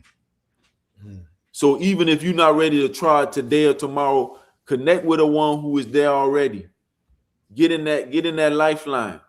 Once you get in the lifeline, then now you see things can move in a way for you once you're in the lifeline. Ease connect. Now you can start to support whatever that's going on to make sure, hey, all right, I got my lifeline. So I may not be ready for it now, but when I'm ready, I already been contributing to something. So let me get my lifeline. So yes, that's a practical way. And the Lion's Voice is one of those lifelines. Yes, I. So support the Lion's Voice. You know, big up anyone who give us strength towards the Lion Voice, the Lion Pride, and you know all of the ones who've been supporting, because this is a lifeline. I want big up Lidge Tafari, join on the back of field. You see that? And I mean, yes, big up yourself, Lidge Tafari. He joined Grap Lover and Ras Roots, drop a $5 attribution. Big up yourself. But this is real, you know what I mean? This is so real that I having these conversations, because the time is getting real and you got to make real decisions and know that your decision can impact your generations. You know what I mean? This is where the rubber meets the road, you know what I mean? All of the fake revolutionary talk and the this and the that, you know what I mean? We're going to see, as Bob said, we're going to see who are the real revolutionaries, you know what I mean? And it really is real right now, you know, and I give thanks that this exists, and it's based around ITAL food production. And this is one of the things that we want to emphasize, because you cannot free yourself if you can't feed yourself. One of the reasons why a lot of us are vulnerable is because we live in cities, in these urban centers, where if the trucks don't come into the city every day, it get real sticky very quickly. You know, and I don't think a lot of us realize the food supply chain, how vulnerable it is. You know what I mean? We saw a little glimpse in COVID, but that's nothing compared to when the US dollar collapses. And for those who don't know, the price of gold right now is over $5,000 an ounce. This is the highest gold has ever been, and that's because all the governments of the world are getting rid of their dollars and they're buying gold, they're hedging. And that means a lot of dollars are going to be coming home, which means that your dollar buys less. And I know you feel it in the grocery store already. And it's only going to get worse. You know what I mean? It's only going to get worse. So now is the time, you know what I mean, to make those moves, change that fiat currency into tangibles, whether it's land, farm equipment. Make sure you got relationships with farmers wherever you are. You know what I mean? Make sure you know directly people who produce food, because like I said, those trucks don't come, King. Or you don't have the paper to afford that $50 tomato, you know what I mean? Or that $200 loaf of bread. It's real life. You don't got that paper on you. You know what I mean? What's the next move? This is how we have to think right now. You know what I mean? And that's so serious. And that's why Africa is, you know, the underdevelopment is good, because there's so many farmers. You know what I mean? Food is all about, you want to be in a place where food is plenty. You know what I mean? No matter how bad things get, you know what I mean? You can drive, you know, out there, you can get a yam, You can Yes, get some mango. You know what I mean? You're not going hungry like no. that. You know what I mean? In these places. And then, a lot of our brethren and sisters felt safe in the Caribbean. But as Ira said, Venezuela showed us that this is going to be part of the battleground. You know what I mean? Uncle Sam already said the West is mine. So You see? anything tests. You know what I mean? You So see? if you are on this side and the ships are not coming to the Caribbean islands, which most of them, over 90% of their food come from imports. Most of these little islands are depending on ships Yes, coming right. in every day. So if those ships are not coming in, or there's a blockade, a ship blockade, what I mean? What's the next move? Right. You know what I mean? So that's how real the reasoning is right now, Iras. You know what I mean? Yes, sir. How it sound today? Am I overreacting?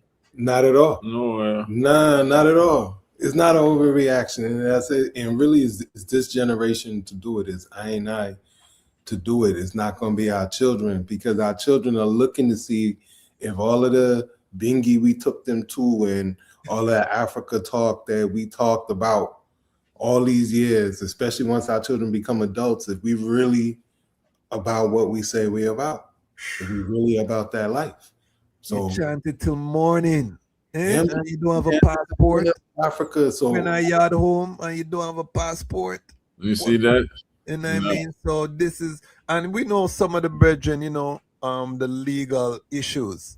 But even for that, we got to make hard legal issues, but there's still ways around that. Yeah. That's what I'm saying. Well, You still have to make the hard decision. You Yeah. still have to make the hard decision right now. You can't hide from it. A lot of brethren are not dealing with things because they got a case, and we overstand, but you got to make a decision. Either you're going to come out, go to your country of origin and reset, get your stuff, but you can't just be in a limbo right now indefinitely. You got to make some moves, brethren and sisters. That's how real it is right now, And even something as simple like a lot of ones may have their children or youth in college. Encourage them to study abroad. Yes. Truly. Encourage them to go Africa, yes. Study abroad, study different places. You see what I'm saying? So they could really understand that they have options. A lot of youth don't feel like they have options. Yes. You know what I mean? Ross Roos is asking, what are the ways around old felonies? Maybe Iras, who's a man in the prisons, can answer that. What do you tell a man who's sitting on some felonies and some legal issues? You may have to do a different path through another country. Yeah. You understand? Because you may have to do a different path. You may have to go in the next country and sit for a minute. You know what I mean? Until you can get your citizenship there, and then move forward. Like as I said, there's different strategies and different ways. You know what I'm saying? But then also, I would say do this, right? Link me at iraslevi868@gmail.com. That's iraslevi868@gmail.com. So we can really have that reasoning about how, and really strategize on how we could get some old felonies off your record so you could get passports and be able to travel. There's different strategies and different ways, but I don't want to just, it ain't for everyone.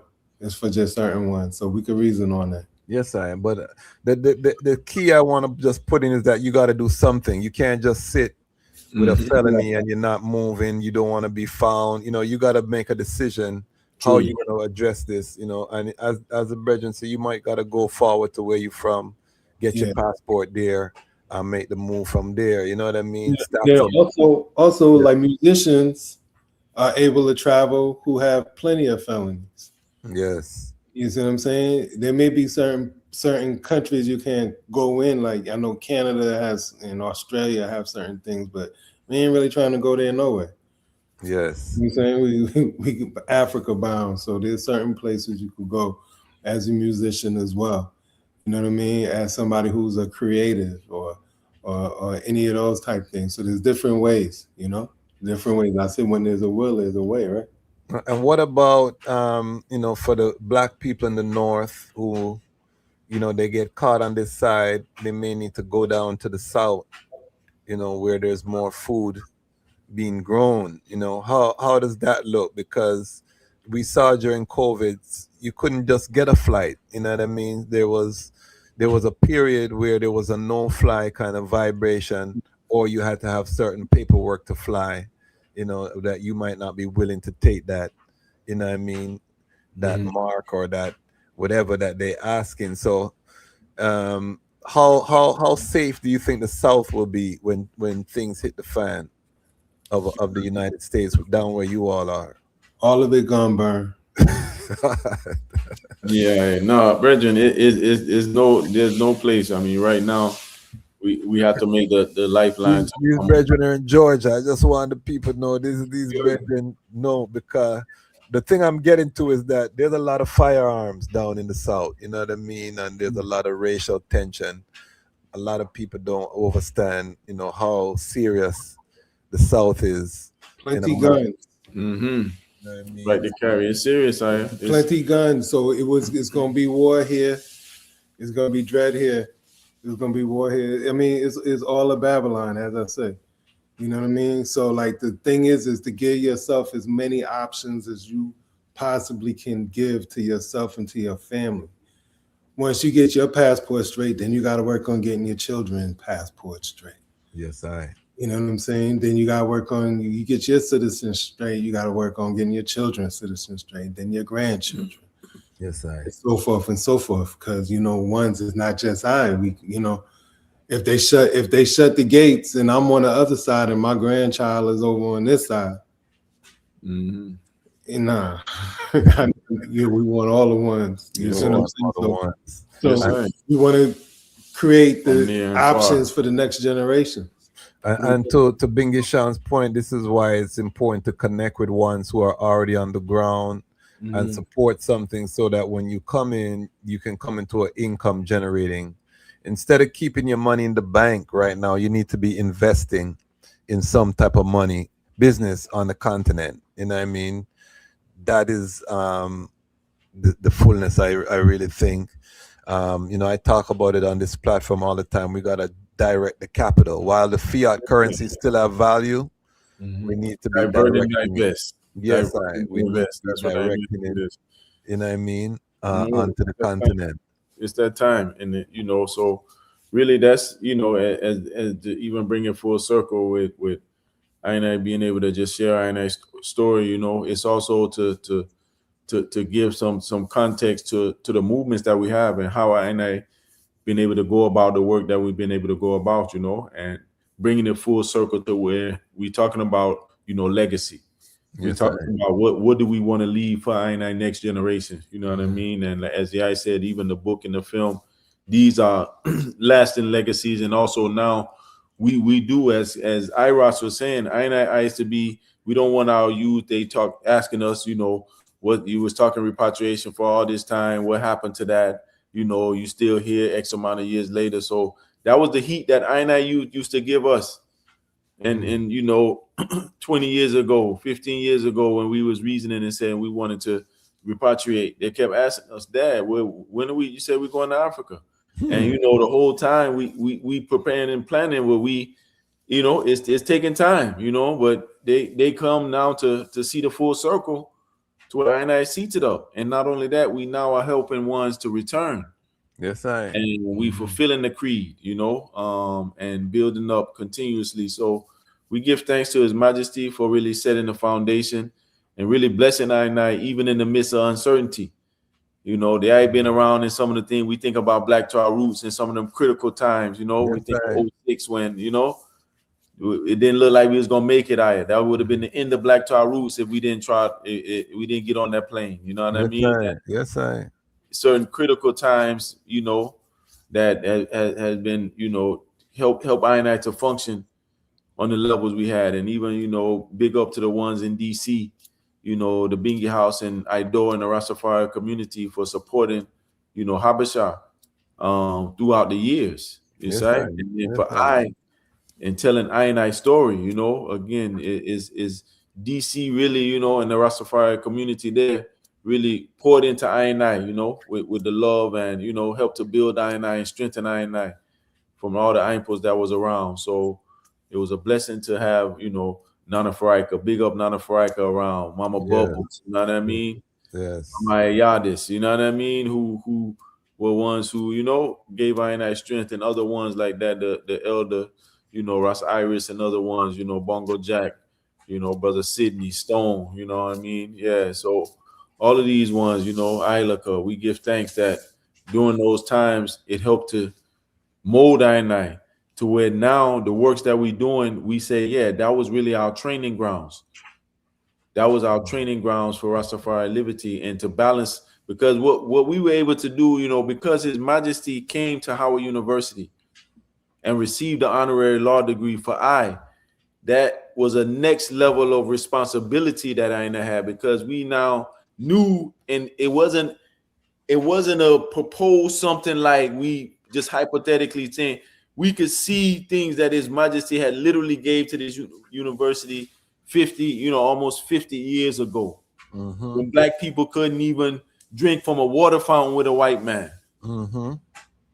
Yeah, I see it. So that it was them times that we really, like, you couldn't tell us nothing about the king, you know, because what? You remember when we found the picture in Founders Library? They got a picture on the wall, I remember. Yes. And that was like a big thing. Everybody's like, what? The king? And everybody had to go to the library to see the king walking across the yard. You know, there's a big, even to this day, that's one of the items in the Founders Library, you know? Yeah. So that was a blessing. No, King, that's why I showed you guys. So it really was those foundational times in DC. And so for even like now, you know, doing a documentary and writing a book, King, on a personal level, has been a real healing for because I get to really reflect on the time. And, you know, many times we don't take that time to reflect. And like the say, it's His Majesty that is inspired, you know, with his autobiography, that he tell his story, you know, and he show I and I the way. So we were able to use, you know what I mean, the modern day way of telling the story, using the visuals, and you know what I mean, and incorporating that with the transcriptions to tell both a visual story through the multimedia, and to tell, you know, the story of, you know, I and I people, and just the overall story of my life and how it interacted from coming from a small Southeast Georgia town, traveling all over the world, you know, and really we give thanks to His Majesty. And so, yeah, so in addition to having the birthday celebration for Habesha, I is also doing the film screening and the book signing on the 10th of February at the Auburn Avenue Research Library. So, you know, while I in town, because we in town for a short time, we say, yo, we want to be the habit to where we can also celebrate. You know, they call this on Black History Month. They say this 100 years of Black History Month. You see, so I say, yeah, we want to tell I stories. So big up Prodigy Woodson for that, you know, and just big up, you know, I ancients and I ancestors who been paving the way for I personally and I bloodline, you know, and I wanted to be to tell the story of those ones, and even just the ones who comrades with I now, man like the you know what I mean, and other ones who Ras Kofi and other ones who are part of I blood, not necessarily our bloodline as far as come straight from our lineage, but now I brethren and sister who we know from Iritical, we've been connected through family. So yeah, it's a story, you know, it's a story, and I have to tell our own stories, as the said. So we're looking forward to these two events that's taking place, you know, on the 7th here in Atlanta at DPAC Atlanta, and then on the 10th at the Auburn Avenue Research Library, the historic Auburn Avenue Research Library. Historical. So yeah, we want the family to come out, you know. These two events, we won't be streaming them. We actually will be doing a tour for the book and the film in August, Black August. So be on the lookout for that. But this is the premiere for the Atlanta family. So this is really a special one. These two events this upcoming week is really special events for family who've been around. We want to see longtime family who, you know, been around the Habesha from the early days of the Organic Fest and early Black to Our Roots, when we used to do the African Film Showcase. You know what I mean? Yeah. And we used to be up in Georgia State at the College of Education building showing films, and we had the vibes, you know, the early times when ones were supporting the works and saw when we were taking youth to Africa to where we are now. We have the Kwaku Ando Sustainability Institute out here. So yeah, big up the ones on that side too. Big up Ras TT, man, Ras Nee. Yes. Big up Brother Sharif. Big up the Kazi family, you know what I mean? Who Mauto, Mauto, Gosway, Josephine, Gosway, you know what I mean? Mousy. Yeah, big up the family, Mr. Mousy, you know. So it's you know, it's so special, man. And now this is the thing, King, because His Majesty show I and I to create models that we can replicate. So when I and I was at Howard, what I and I was able to do was to create a curriculum called Plant a Seed, which later became Black to Our Roots, which now in its most current iteration is the Sankofa Black and Green Fellowship. And so this is the next piece of the crown jewel for Habesha is real repatriation now. And so we looking forward to seeing we got our first Ghana Sankofa Black and Green Fellows that are in Ghana right now at Kazi, spending a year really preparing, learning, teaching, and sharing. You know, as ones who've been through the Habesha network and family. So big up Sister Amma and Sister Puya at Kazi right now, doing everything that they're doing to help to learn and to build, and also now bringing the skill sets that they have forward. And this is a part of now the repatriation efforts, you see? So yeah, our Habesha Works program, we doing that every year. That's always, you know, we recruiting for that one. We got our celebration coming up on the 7th, you know, and then of course we have the book and the film screening on the 10th. So I give thanks to be here. At least when I came in, the weather wasn't so bad. I missed the storm. Thanks for that, because it was cold. Brethren, it was cold. Today I came out, I had a small light jacket. I said, all right, because Brethren, I'm coming from 85, 90. You know what I mean? Yes, right. So I give thanks that His Majesty spared I to come in to where the weather was you know, decent, where I can still, you know, feel good. So it's a blessing, man. We're looking forward to being with the family and seeing a lot of ones, you know, over the next, you know, strong through the activities that we have, and, you know, again, big up the Eye and the Lion's Voice for really being able to create these places where I can share and just have reasonings, you know, and really reflect on the time, because like the Eye say, it's 50 years, and the Eye now, it's over 30, it's more than half of that time I've known the Eye. Yes, I. You know what I mean? And the most formative years, especially because, like I say, even just thinking about everything from JMC and all of the pieces that's brought up, even now to where the Lion's Voice is, and knowing what's ahead. You know, we only see great things ahead because, I mentioned something even about the citizenship that I did want to block on, because I think it's important that we block it up. Because I was on a panel, block about the panel that the Eye participated on and the response, and there's a big thing right now in Ghana about they announced new citizenship guidelines, and then, you know, the diaspora was not pleased. They raised the price. They had DNA requirements. They had a lot of things that, you know, made it difficult, you know, and people feel like they're putting too many guardrails on the citizenship. So block about the panel that the Eye was on and what's happening right now in Ghana, fresh.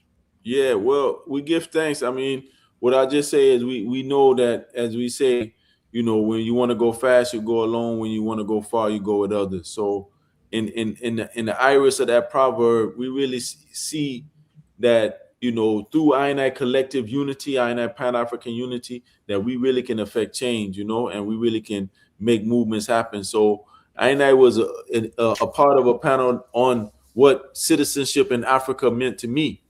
That happened on February 1st. And it just so happened, this was an event that had been promoted for some time, but it just so happened a few days before the event was to take place, the government of Ghana put out their, they call it historic diaspora citizenship requirements. And it was many of the requirements, ones can see it online, but it was requiring DNA tests, police background checks, both your home country and in Ghana. There were several requirements that were made, and according to the president, the current president and former president in 2016, John Dramani Mahama, who is the current president of Ghana, that he granted citizenship to the first 34. The first group of African descendants to receive citizenship in Ghana was in 2016. It was 34 African descendants that received citizenship. President Mahama, as one of his, if not the last act he did, because he ended up losing the election 3 weeks prior. But one of the last acts he did before he handed over his presidency is he gave citizenship to these African descendants. And from that point, he said that it wasn't something he was doing as a favor to those who were getting citizenship, but it was restoring their right. And at that time, nothing like a DNA test or other things were required. So that's a conversation that we wanted to have with the government. And so many organizations, including Habesha, came together in this town hall to express our concerns to the government about what we saw as, like they say, these are barriers to entry. And we know that Ghana is really the gateway to Mama Africa. So I give thanks that our collective voice was heard by the government, and they now have taken a pause so they can refine what they've put out, and it can be more in line with that spirit of welcoming and returning our family home. So I saw it as really I'll give the government on one hand. I asked the question, I said, with ISO Speed coming to Ghana and creating this momentum, I'm sure that also added extra impetus to ones doing the citizenship. And it's also important that, the wise minds seek counsel, and that now those of us who are what we call the historically unique group or a hub, we say that I coming from, the West, coming from outside of the Mama continent, we are a historically unique group in that our ancestors were forcibly taken. So we shouldn't have the same process as someone who is considered an immigrant, someone who's just returning, because our process was not that way on leaving. So on returning, it must be reciprocal. So that was the spirit that I and the IRID that we came to the government with, and they heard us. Now we are in the process of what that looks like. Even though that may change the dates of the actual citizenship, because they had put a citizenship date, what it does is it really now it's a broader discussion. And so give thanks to even ISO Speed, because that youth came in, and the day that he left, he got citizenship.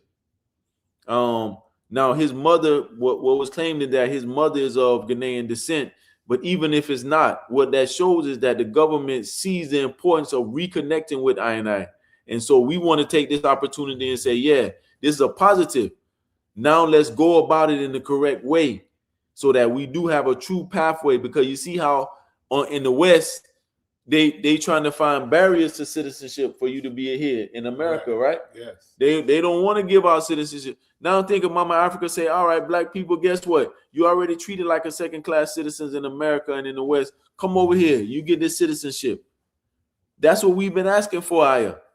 I ain't been asking for a place home. So you see Benin, you see, Sierra Leone, you see all these countries now, Liberia, who are coming forward, and they're saying what? We want to welcome our family who's been taken away home.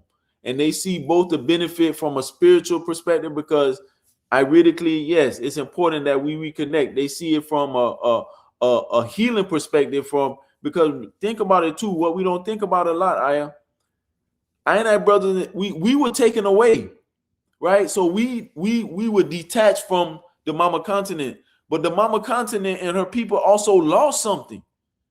And we don't normally think about the pain of the residual pain and the vestiges of that pain that to lose a sibling, a child, right. that stays with you. That trauma, that those wounds stay with you. So we have to also think about this is now what I doing is a real healing. You see? Serious. And these are the reasons that we had within Habesha and why we built Kazi the way we built it, because we realized that after the transatlantic and Arab slave trafficking, there weren't no, barrage of therapists that were doing a triage on our people coming out of this trauma, or these wounds, or who had experienced these wounds. And we have never really collectively done that work. So we built Kazi as a space to start that process, a proof of concept where Black people could come, they could be immersed in their culture authentically, they could learn skills. So you're not just there on a vacation vibe, but you're actually acquiring skills. And in the acquiring of the skills, you're reconnecting to your roots and to the earth. So it was a very intentional process dealing with the Kwaku Ando Sustainability Institute. And that's why we've been so careful. You can't just roll up on Kazi. You have to have an appointment. There's a vetting process because we want to preserve that integrity of that experience, because everybody needs to go through that experience. And it's something that needs to be a managed process. You know what I mean? When we talk about the Kwaku Ando Sustainability Institute that you're looking at right now, it's real. You know what I mean? Is very real. So where are what's the sentiment on the ground from the diaspora or the Livaspora community? The eye is tapped into the leadership of the African American Association of Ghana. There's also the Caribbean Association of Ghana. They work together, and I know they were managing the citizens process. And the eye made a point that this was a unity, in terms of the response. Speak on that and where things are now currently. Yeah, well, we give thanks because it's a Pan-African coalition. There's several organizations that have come together and say we want to speak as one voice so we can properly interface with the government, because in Ghana they have the Office of Diaspora Affairs that sits inside of the office of the president. So that's a direct connection to the president. Again, the president has been, at the forefront with the citizenship piece, especially, but also President Mahama recently said that they're going to formally, petition for reparations, within the UN as well as within the African Union. So President Mahama has been voice adamant, and from what I've seen, I see him being, true to what he says. Big up even him also seeing what's happening up in Burkina Faso, which is very much so influencing how he reacts, partly because guess what? Burkina Faso, the youth and the people in Ghana, because Burkina Faso is a neighboring country to the north, we getting a pulse of what's going on there, and ones are inspired. So it's almost like a checks and balance for the leadership here, because they're seeing you can't go. You see what Traore, when he went in, nationalized the gold, then soon after that, Ghana's nationalized. Now Ghana's not selling anymore. They're not exporting any more unrefined gold. Yeah. See, so they're making the moves because they see what's happening. So it's a shift right now. The CD is one of the best appreciated currencies for 2025. Well, that's another thing we got to talk about, because now that gold is $5,000 an ounce, Gold Coast, you got the return of wealth in these African countries now, where they'll be able to pay the debt like it's pennies, because they got all of the actual hard resources. As the dollar loses value, all of these countries now become powerhouses economically. Yes, and this is why you see, they're trying to assassinate our good brother, Captain Traore. We saw there was a coup d'etat attempt in Niger the other day, because they're trying to stop this steamroller from happening. Yes, and it's so crucial. We're living in unprecedented times, family. Right now we have a cold storm in Jamaica. You know what I mean? My parents call me and say it's like winter, in Canada, in Jamaica. This has never happened before. So Alright. I was telling a brethren that it's like His Majesty removing all the comfort from the Caribbean for the ones come home. You know what I mean? So, you know, nature itself is removing that, because that was one thing you could guarantee in the Caribbean is warmth. You know what I mean? To now in Kingston, you know what I mean, people have to wear winter jacket. All the clothes will come down in a barrel. You have to go for the barrel clothes and the goose jacket in Kingston. You know what I mean? Because it's so cold. So we're living in unprecedented times, family. This is what we want to just make the ones them know.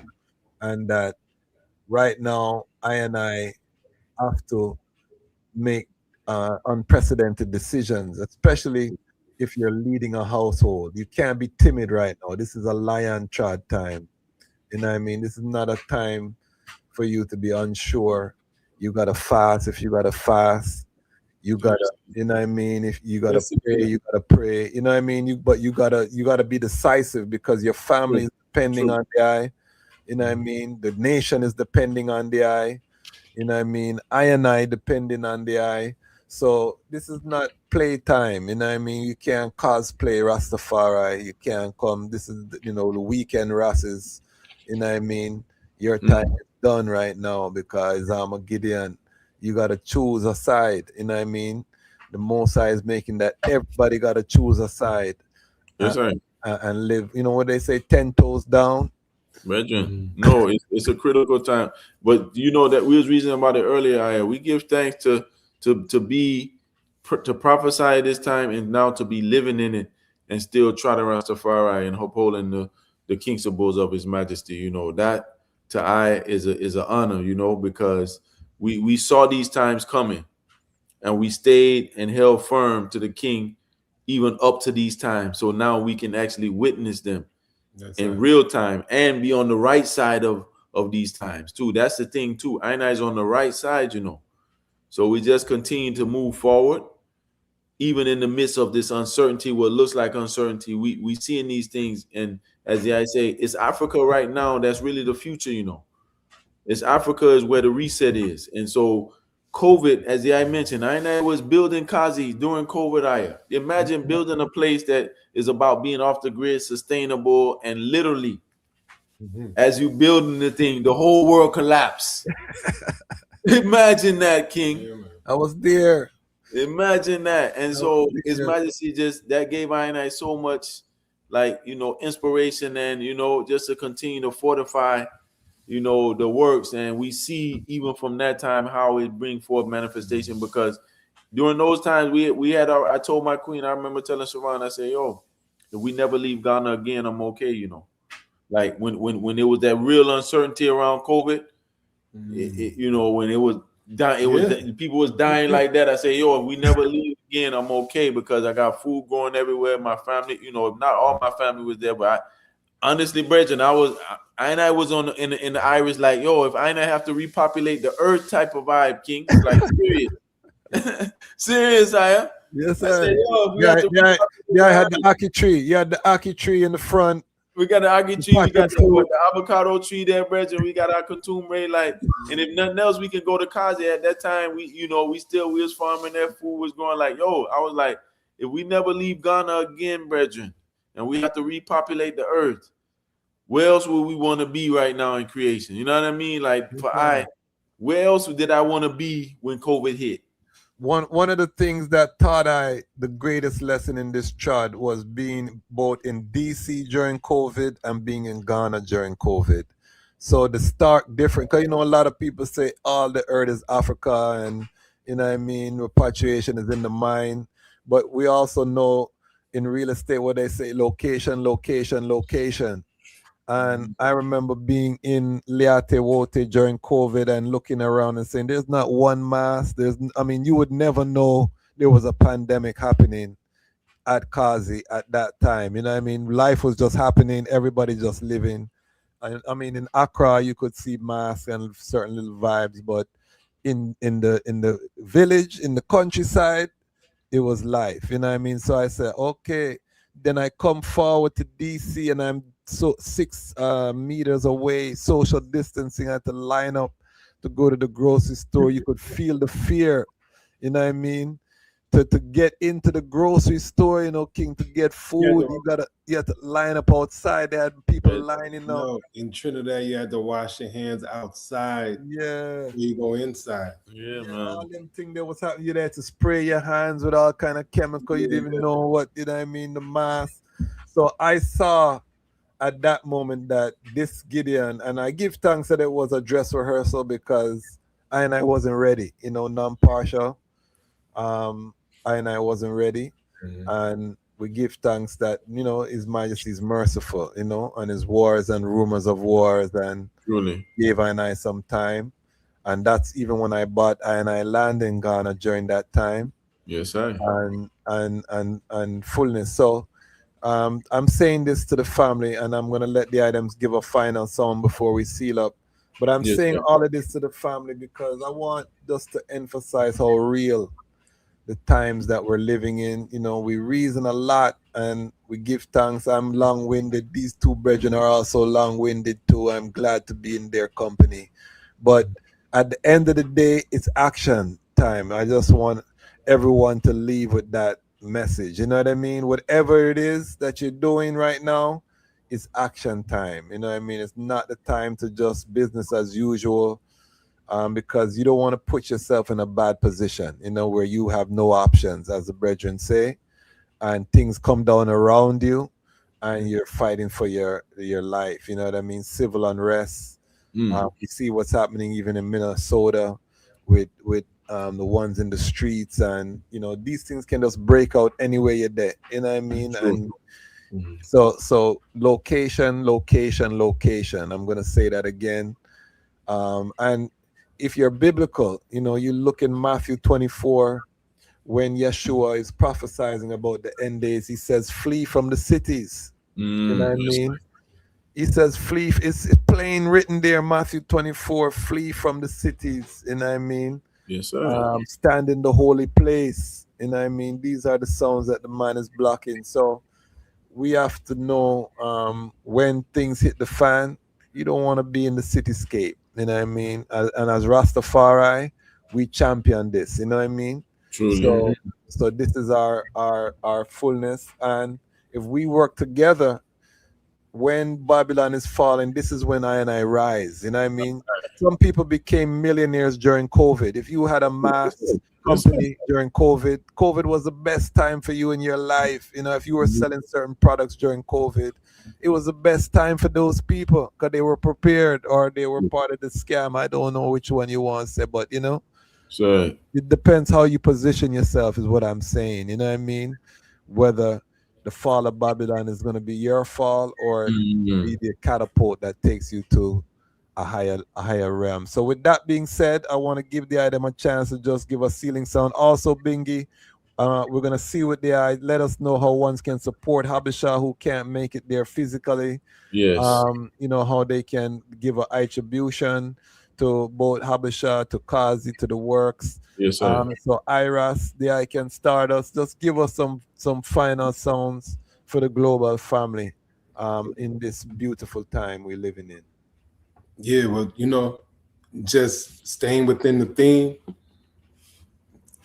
Let's do the work. Passports. Let's get our paperwork in order. His Majesty has shown us the way. Let's use the personal example of Haile Selassie and Empress Menen and follow their path. You know what I'm saying? You don't have to follow anybody else's path. If you follow their path, you can never steer wrong.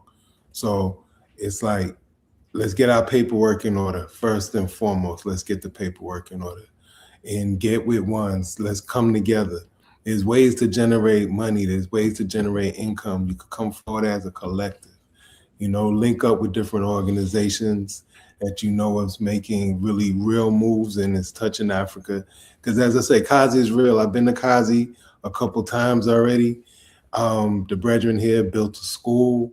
Also, he's a good resource for repatriation. Also, big up go out to Ras Ariel. He's another resource for repatriation in terms of Ghana and what's happening with Ghana. And the next links is East Africa and to see what's going on over in East Africa, in Kenya, Ethiopia, of course, and so forth and so forth. So I give thanks to ones and ones, and I give thanks to the Lion Voice, because if ones want to know what's going on with Rastafari at this point in time, it's the Lion's Voice you have to listen to. True. So Rastafari. Selassie. Mindful, mindful. All right, Bingy. Yeah, you know, I mean, just to really strengthen on what the brethren is saying and what I said earlier is that make a connection with the continent. Connect up with an individual or organization or something that's on. Get a lifeline to the continent. That's the rallying call right now. Get a lifeline to the continent so that, you know, as we see this unrest continue, because the uncertainty and unrest will only continue. And now the reality is the only way out that we have is connecting with Mama Africa. That's the only way on all levels from a practical perspective, because when I look, you know, 7 generations ahead, the only place that I can see a future right now for the black man, the black woman, and the black child is Africa, you know, because we see the whole place. It's a cleansing right now. And so America and the West, some places have to cleanse. It's like a slash and burn. Them places have to cleanse out to now reflourish and repurpose and repopulate. So Mama Africa is that root to where now we have to cultivate that, both physically, mentally, and irically, you know what I mean? To where we see that we can bring the collective strength and help to heal her, because she's lost literally the physical beings have been taken away. That is also an energy force. When you take those beings, you're taking the energy force and shifting it to another side. When we shift that energy force forward to our side, even just the creativity, when our minds are together there and we're synced up with our brothers and sisters on the continent, we now are grounded in the electromagnetic field of the continent, so we can actually now get the waves directly from Earth and from nature, you know. So it's so much for I but ultimately make that connection. Make that connection with ones. Be intentional about that, you know. And of course, Habesha is there, you know, stateside to be able to connect with ones. Kazi is there in Ghana, you know, and as I say, you know, we always, you know, want to continue to build our Pan-African family and support our Pan-African family. And for those who won't be able to join us in person and want to support, because we always need that support to continue to build, you know, and the support can come in through prayer, through positive words, through shares on social media, and it can also come in financial resources. Those who want to make a financial contribution can do so through a few ways. We have PayPal, which is info@habeshainc.org. That's info@habeshainc.org. That's also good for Zelle as well. Zelle, info@habeshainc.org. And for those who have Cash App, we have the Cash App sign, what's that? The ampersand? With the dollar sign? Yes, the dollar sign, Habesha Inc, HABESHAINC.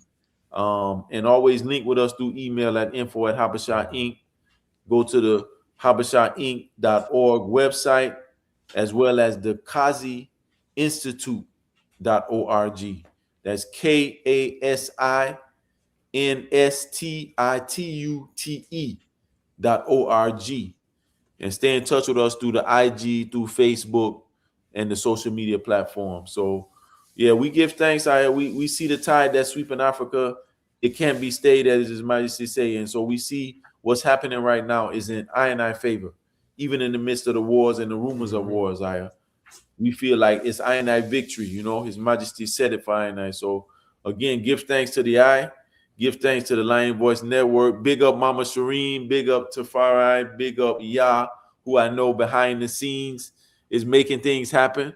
You know, so big up to the entire Bonsu family. Big up to Mama and Baba Bonsu, you know, who been putting it in for the eye from the longest as well. You know, just the whole Bonsu family, man. So yeah, man, much blessings and strength to the item. You know what I mean? And we're looking forward to seeing the full family here, you know, in Ghana, you know, in the near future. Yes, this is a family work. You know, any brethren, that I know, most of them are family oriented brethren, who are doing works at a high level. And that's not by accident. It's because you really need that support and that strength. So definitely give thanks. The item can see the Kazi website. The brethren, is just blocking a sound of truth, and we want my lion pride. I always share the vision that I have, that out of 60,000 subscribers, if each subscriber gave $10 to our guests, that would be over $500,000 that we would be able to direct in capital in one time. And that's the goal. I may have to get to a million subscribers to get 50,000 to do that. But I'm going to keep on chanting that until I see it happen. You know what I mean? Because I believe what we can do with the power of our capital, and it wouldn't cost any individual more than $10. So even tonight, I know hundreds of people will watch this episode. Even if 100 people go to Habesha website, give a donation, $10, that's going to move the needle. So we got to start thinking like this, you know what I mean? And moving the capital collectively. I'm not going to stop chanting it. This is what I want from the Lion Pride. So it's not just to support I and I on this platform, even though I give thanks for the $5 attributions and the super chats and the monthly subscribers. We need that. But it's not just about I and I, it's about our guests. When we bring people on the platform, we want to capitalize them. You know what I mean? So everything that we're doing is within an ecosystem, and we're building capacity across all of our workers, because anybody I bring to the item on this platform is vetted and tested and certified, as a worker in the vineyard. So filling up their bank account is just gonna support, is just gonna strengthen I and I as a global family. So I pray that we have at least 100 Lion Pride members from around the world that are gonna plug in. Also, the book, we're going to bring the eye forward, because I wants to buy the book, to support the documentary. I don't know how the eye is going to have the documentary available yet. I know how they are going to distribute the document. What we're doing right now is we'll do the tour in August. Okay. And so that'll be with the book. That's the next time we'll be stateside. So stay tuned for the tour. And now we're coupling the documentary and the book signing together. Okay. We will have the book also online in various platforms. One's just, really stay tuned with how everything will be moving out through our social media. We want to make sure that we come to, particularly when we come to the U.S., that we come to a city where we can touch base with the family. 10 years ago, actually, is this year is when we first started the initial steps of Kazi, when we started with the headquarters. The residential headquarters. It was 10 years ago that we came and we began to build out the work in Ghana side. So we did a listening session tour where we went around and shared, prior to us doing any work, at Kazi, we did a listening session tour to share with ones. And so this film screening and the book signing will also be an opportunity for us to share more about Kazi and to invite our global family to come. If you facilitate tour groups or you do programs, you come into Ghana, come to Kazi, come experience one of our training programs. Bring a group if you have a retreat. If you have something that you want to do to work, bring youth out. All these opportunities are where we now want the family to come. So in August, we'll be traveling the country with the book, showing the film, and also collectively building up the strength to have more of our family, connect with Kazi and, be a part of this healing. That we see is critical for us as African people, and to see an alternative, to Babylon, you know what I mean? Mm-hmm. Zion on earth, we say on earth as it is in Zion, so we creating that reality. And that's why I mentioned earlier about His Majesty has gave us the template of how we build, you know what I mean? Even in the midst of, the forces fighting against Sinai. So we give thanks, Aya, for this opportunity. big up the Lion's voice. You know what I mean? And we just tell ones to continue to support the Lion's voice, to make sure that we have these spaces. And as I say, as we build out our own spaces where we can really have, full control over everything and how everything is monetized and all the aspects. So we use these platforms that we have now in time to be able to build up to create our own 100% independent, right? So the IA is doing a serious work. I know how much time it take. Ones may take for granted, and I've been loving it more working on this documentary. The amount of time it take. It's a serious work. Man. So the IA to have so many episodes in the hundreds of episodes now. We know behind every episode is at least X amount of hours, 3-4 hours at least. Once you we have over 1,500 pieces of content on YouTube right now. Nice. We're closing in on 1 million views over the lifetime of the channel. So we're building slowly but surely. But the key, we just lost our elder, Ronald Pennycook. You know what I mean? And even though it hurts my heart, I feel irie that when these Asians pass, I can put up their lion voice out of view, and people can hear them talk about their life from their childhood come up straight from their own mouth. You know what I mean? So that's why just show how crucial this work is, because we didn't get to do that with Brother Jack, Pa Jack. We didn't get to do that with Ras Padal. We didn't get to, and these ones had so much bubbles. These ones had so much richness, but at least now we can start doing that. You know what I mean? So to me, the sacrifice is worth it. Truly. I know we're gonna take it on a different level, because we want to do documentaries, we want to do animated films, we want to do blockbuster films, all from Rastafari worldview. It's coming. You know what I mean? So we're willing to make the sacrifice to do that, because there's a void and we need to fill the void. So we big up the Lion Pride who see the vision and support the vision, all of the item. And we big up these brethren here, two of my good brethren them. I mean, it's been a joy. It's been a joy to host the item on this platform. And now we're gonna just continue. All Atlanta family, all roads lead to the Habesha. There's limited tickets, so if you didn't buy your ticket, you got limited space. It's in person. If you haven't been to a Habesha event, then you're missing out. You know what I mean? It's a family vibes, Pan-African vibes. The whole Pan-African family rolls out in their nicest African garments. It's a whole energy. It's heaven on earth in an event. So this is something that you have to experience. Hold on. This is Ras Zola. Said, let me give a testimony. Ras Zola said the best ITAL experience in 50 years at Kazi.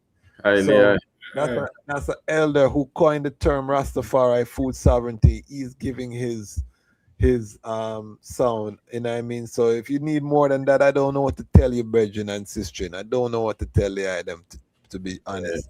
You know what I mean? But give thanks. We're gonna seal it right there. Make sure you support the RMO.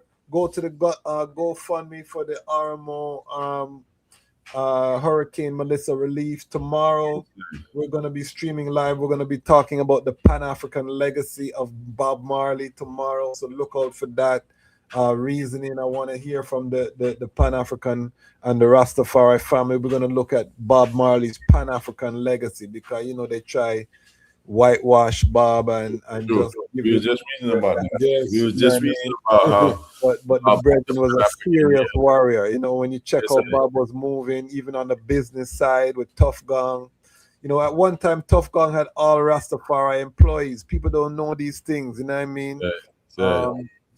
Bob had a serious vision when he passed, you know what I mean? So we're gonna look at the Pan-African vision of Bob Marley. And we're gonna be continuing with this journey. So bless up the whole family.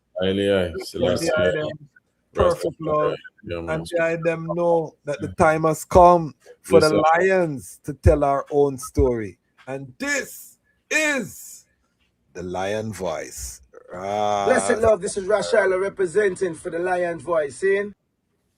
And keep it locked right there, sir. On to Zion we go. Lion Voice don't move slow, no. Rastafari rules and reigns, and we're going where the blessings flow. Keep it locked right there, sir, see? Ras Cashawn said that. Lion's Voice. What are you waiting for? Come together, calling from near and far. Know who you are. What are you waiting for? Rally up, it's Exodus. What are you waiting for? Ancestors paved the way for us. Yes, I am Ketis Oyonde, asking, what are you waiting for to come together? The time has come for the lions to tell our own story.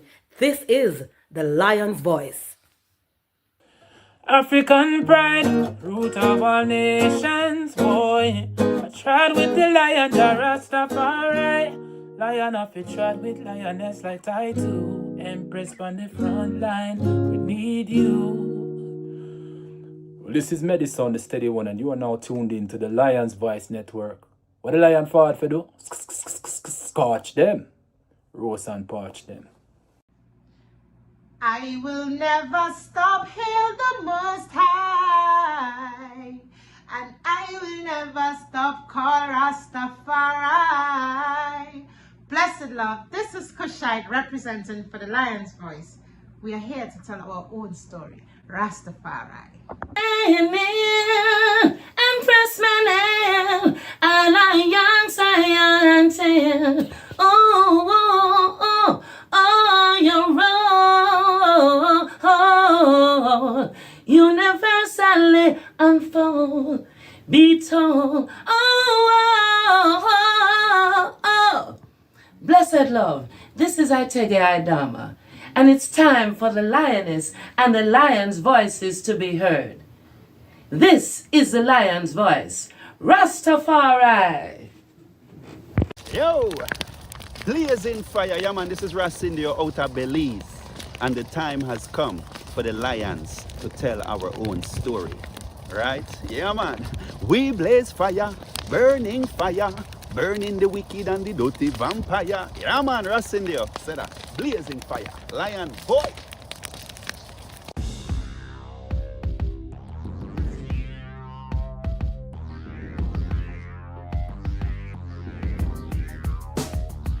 Well, Lion Voice, tell them that's the people first choice. Lion Voice, make the lioness them feel nice. Lion Voice, with the lion cubs we sacrifice. Lion Voice, got to show the people them the life. Lion Voice.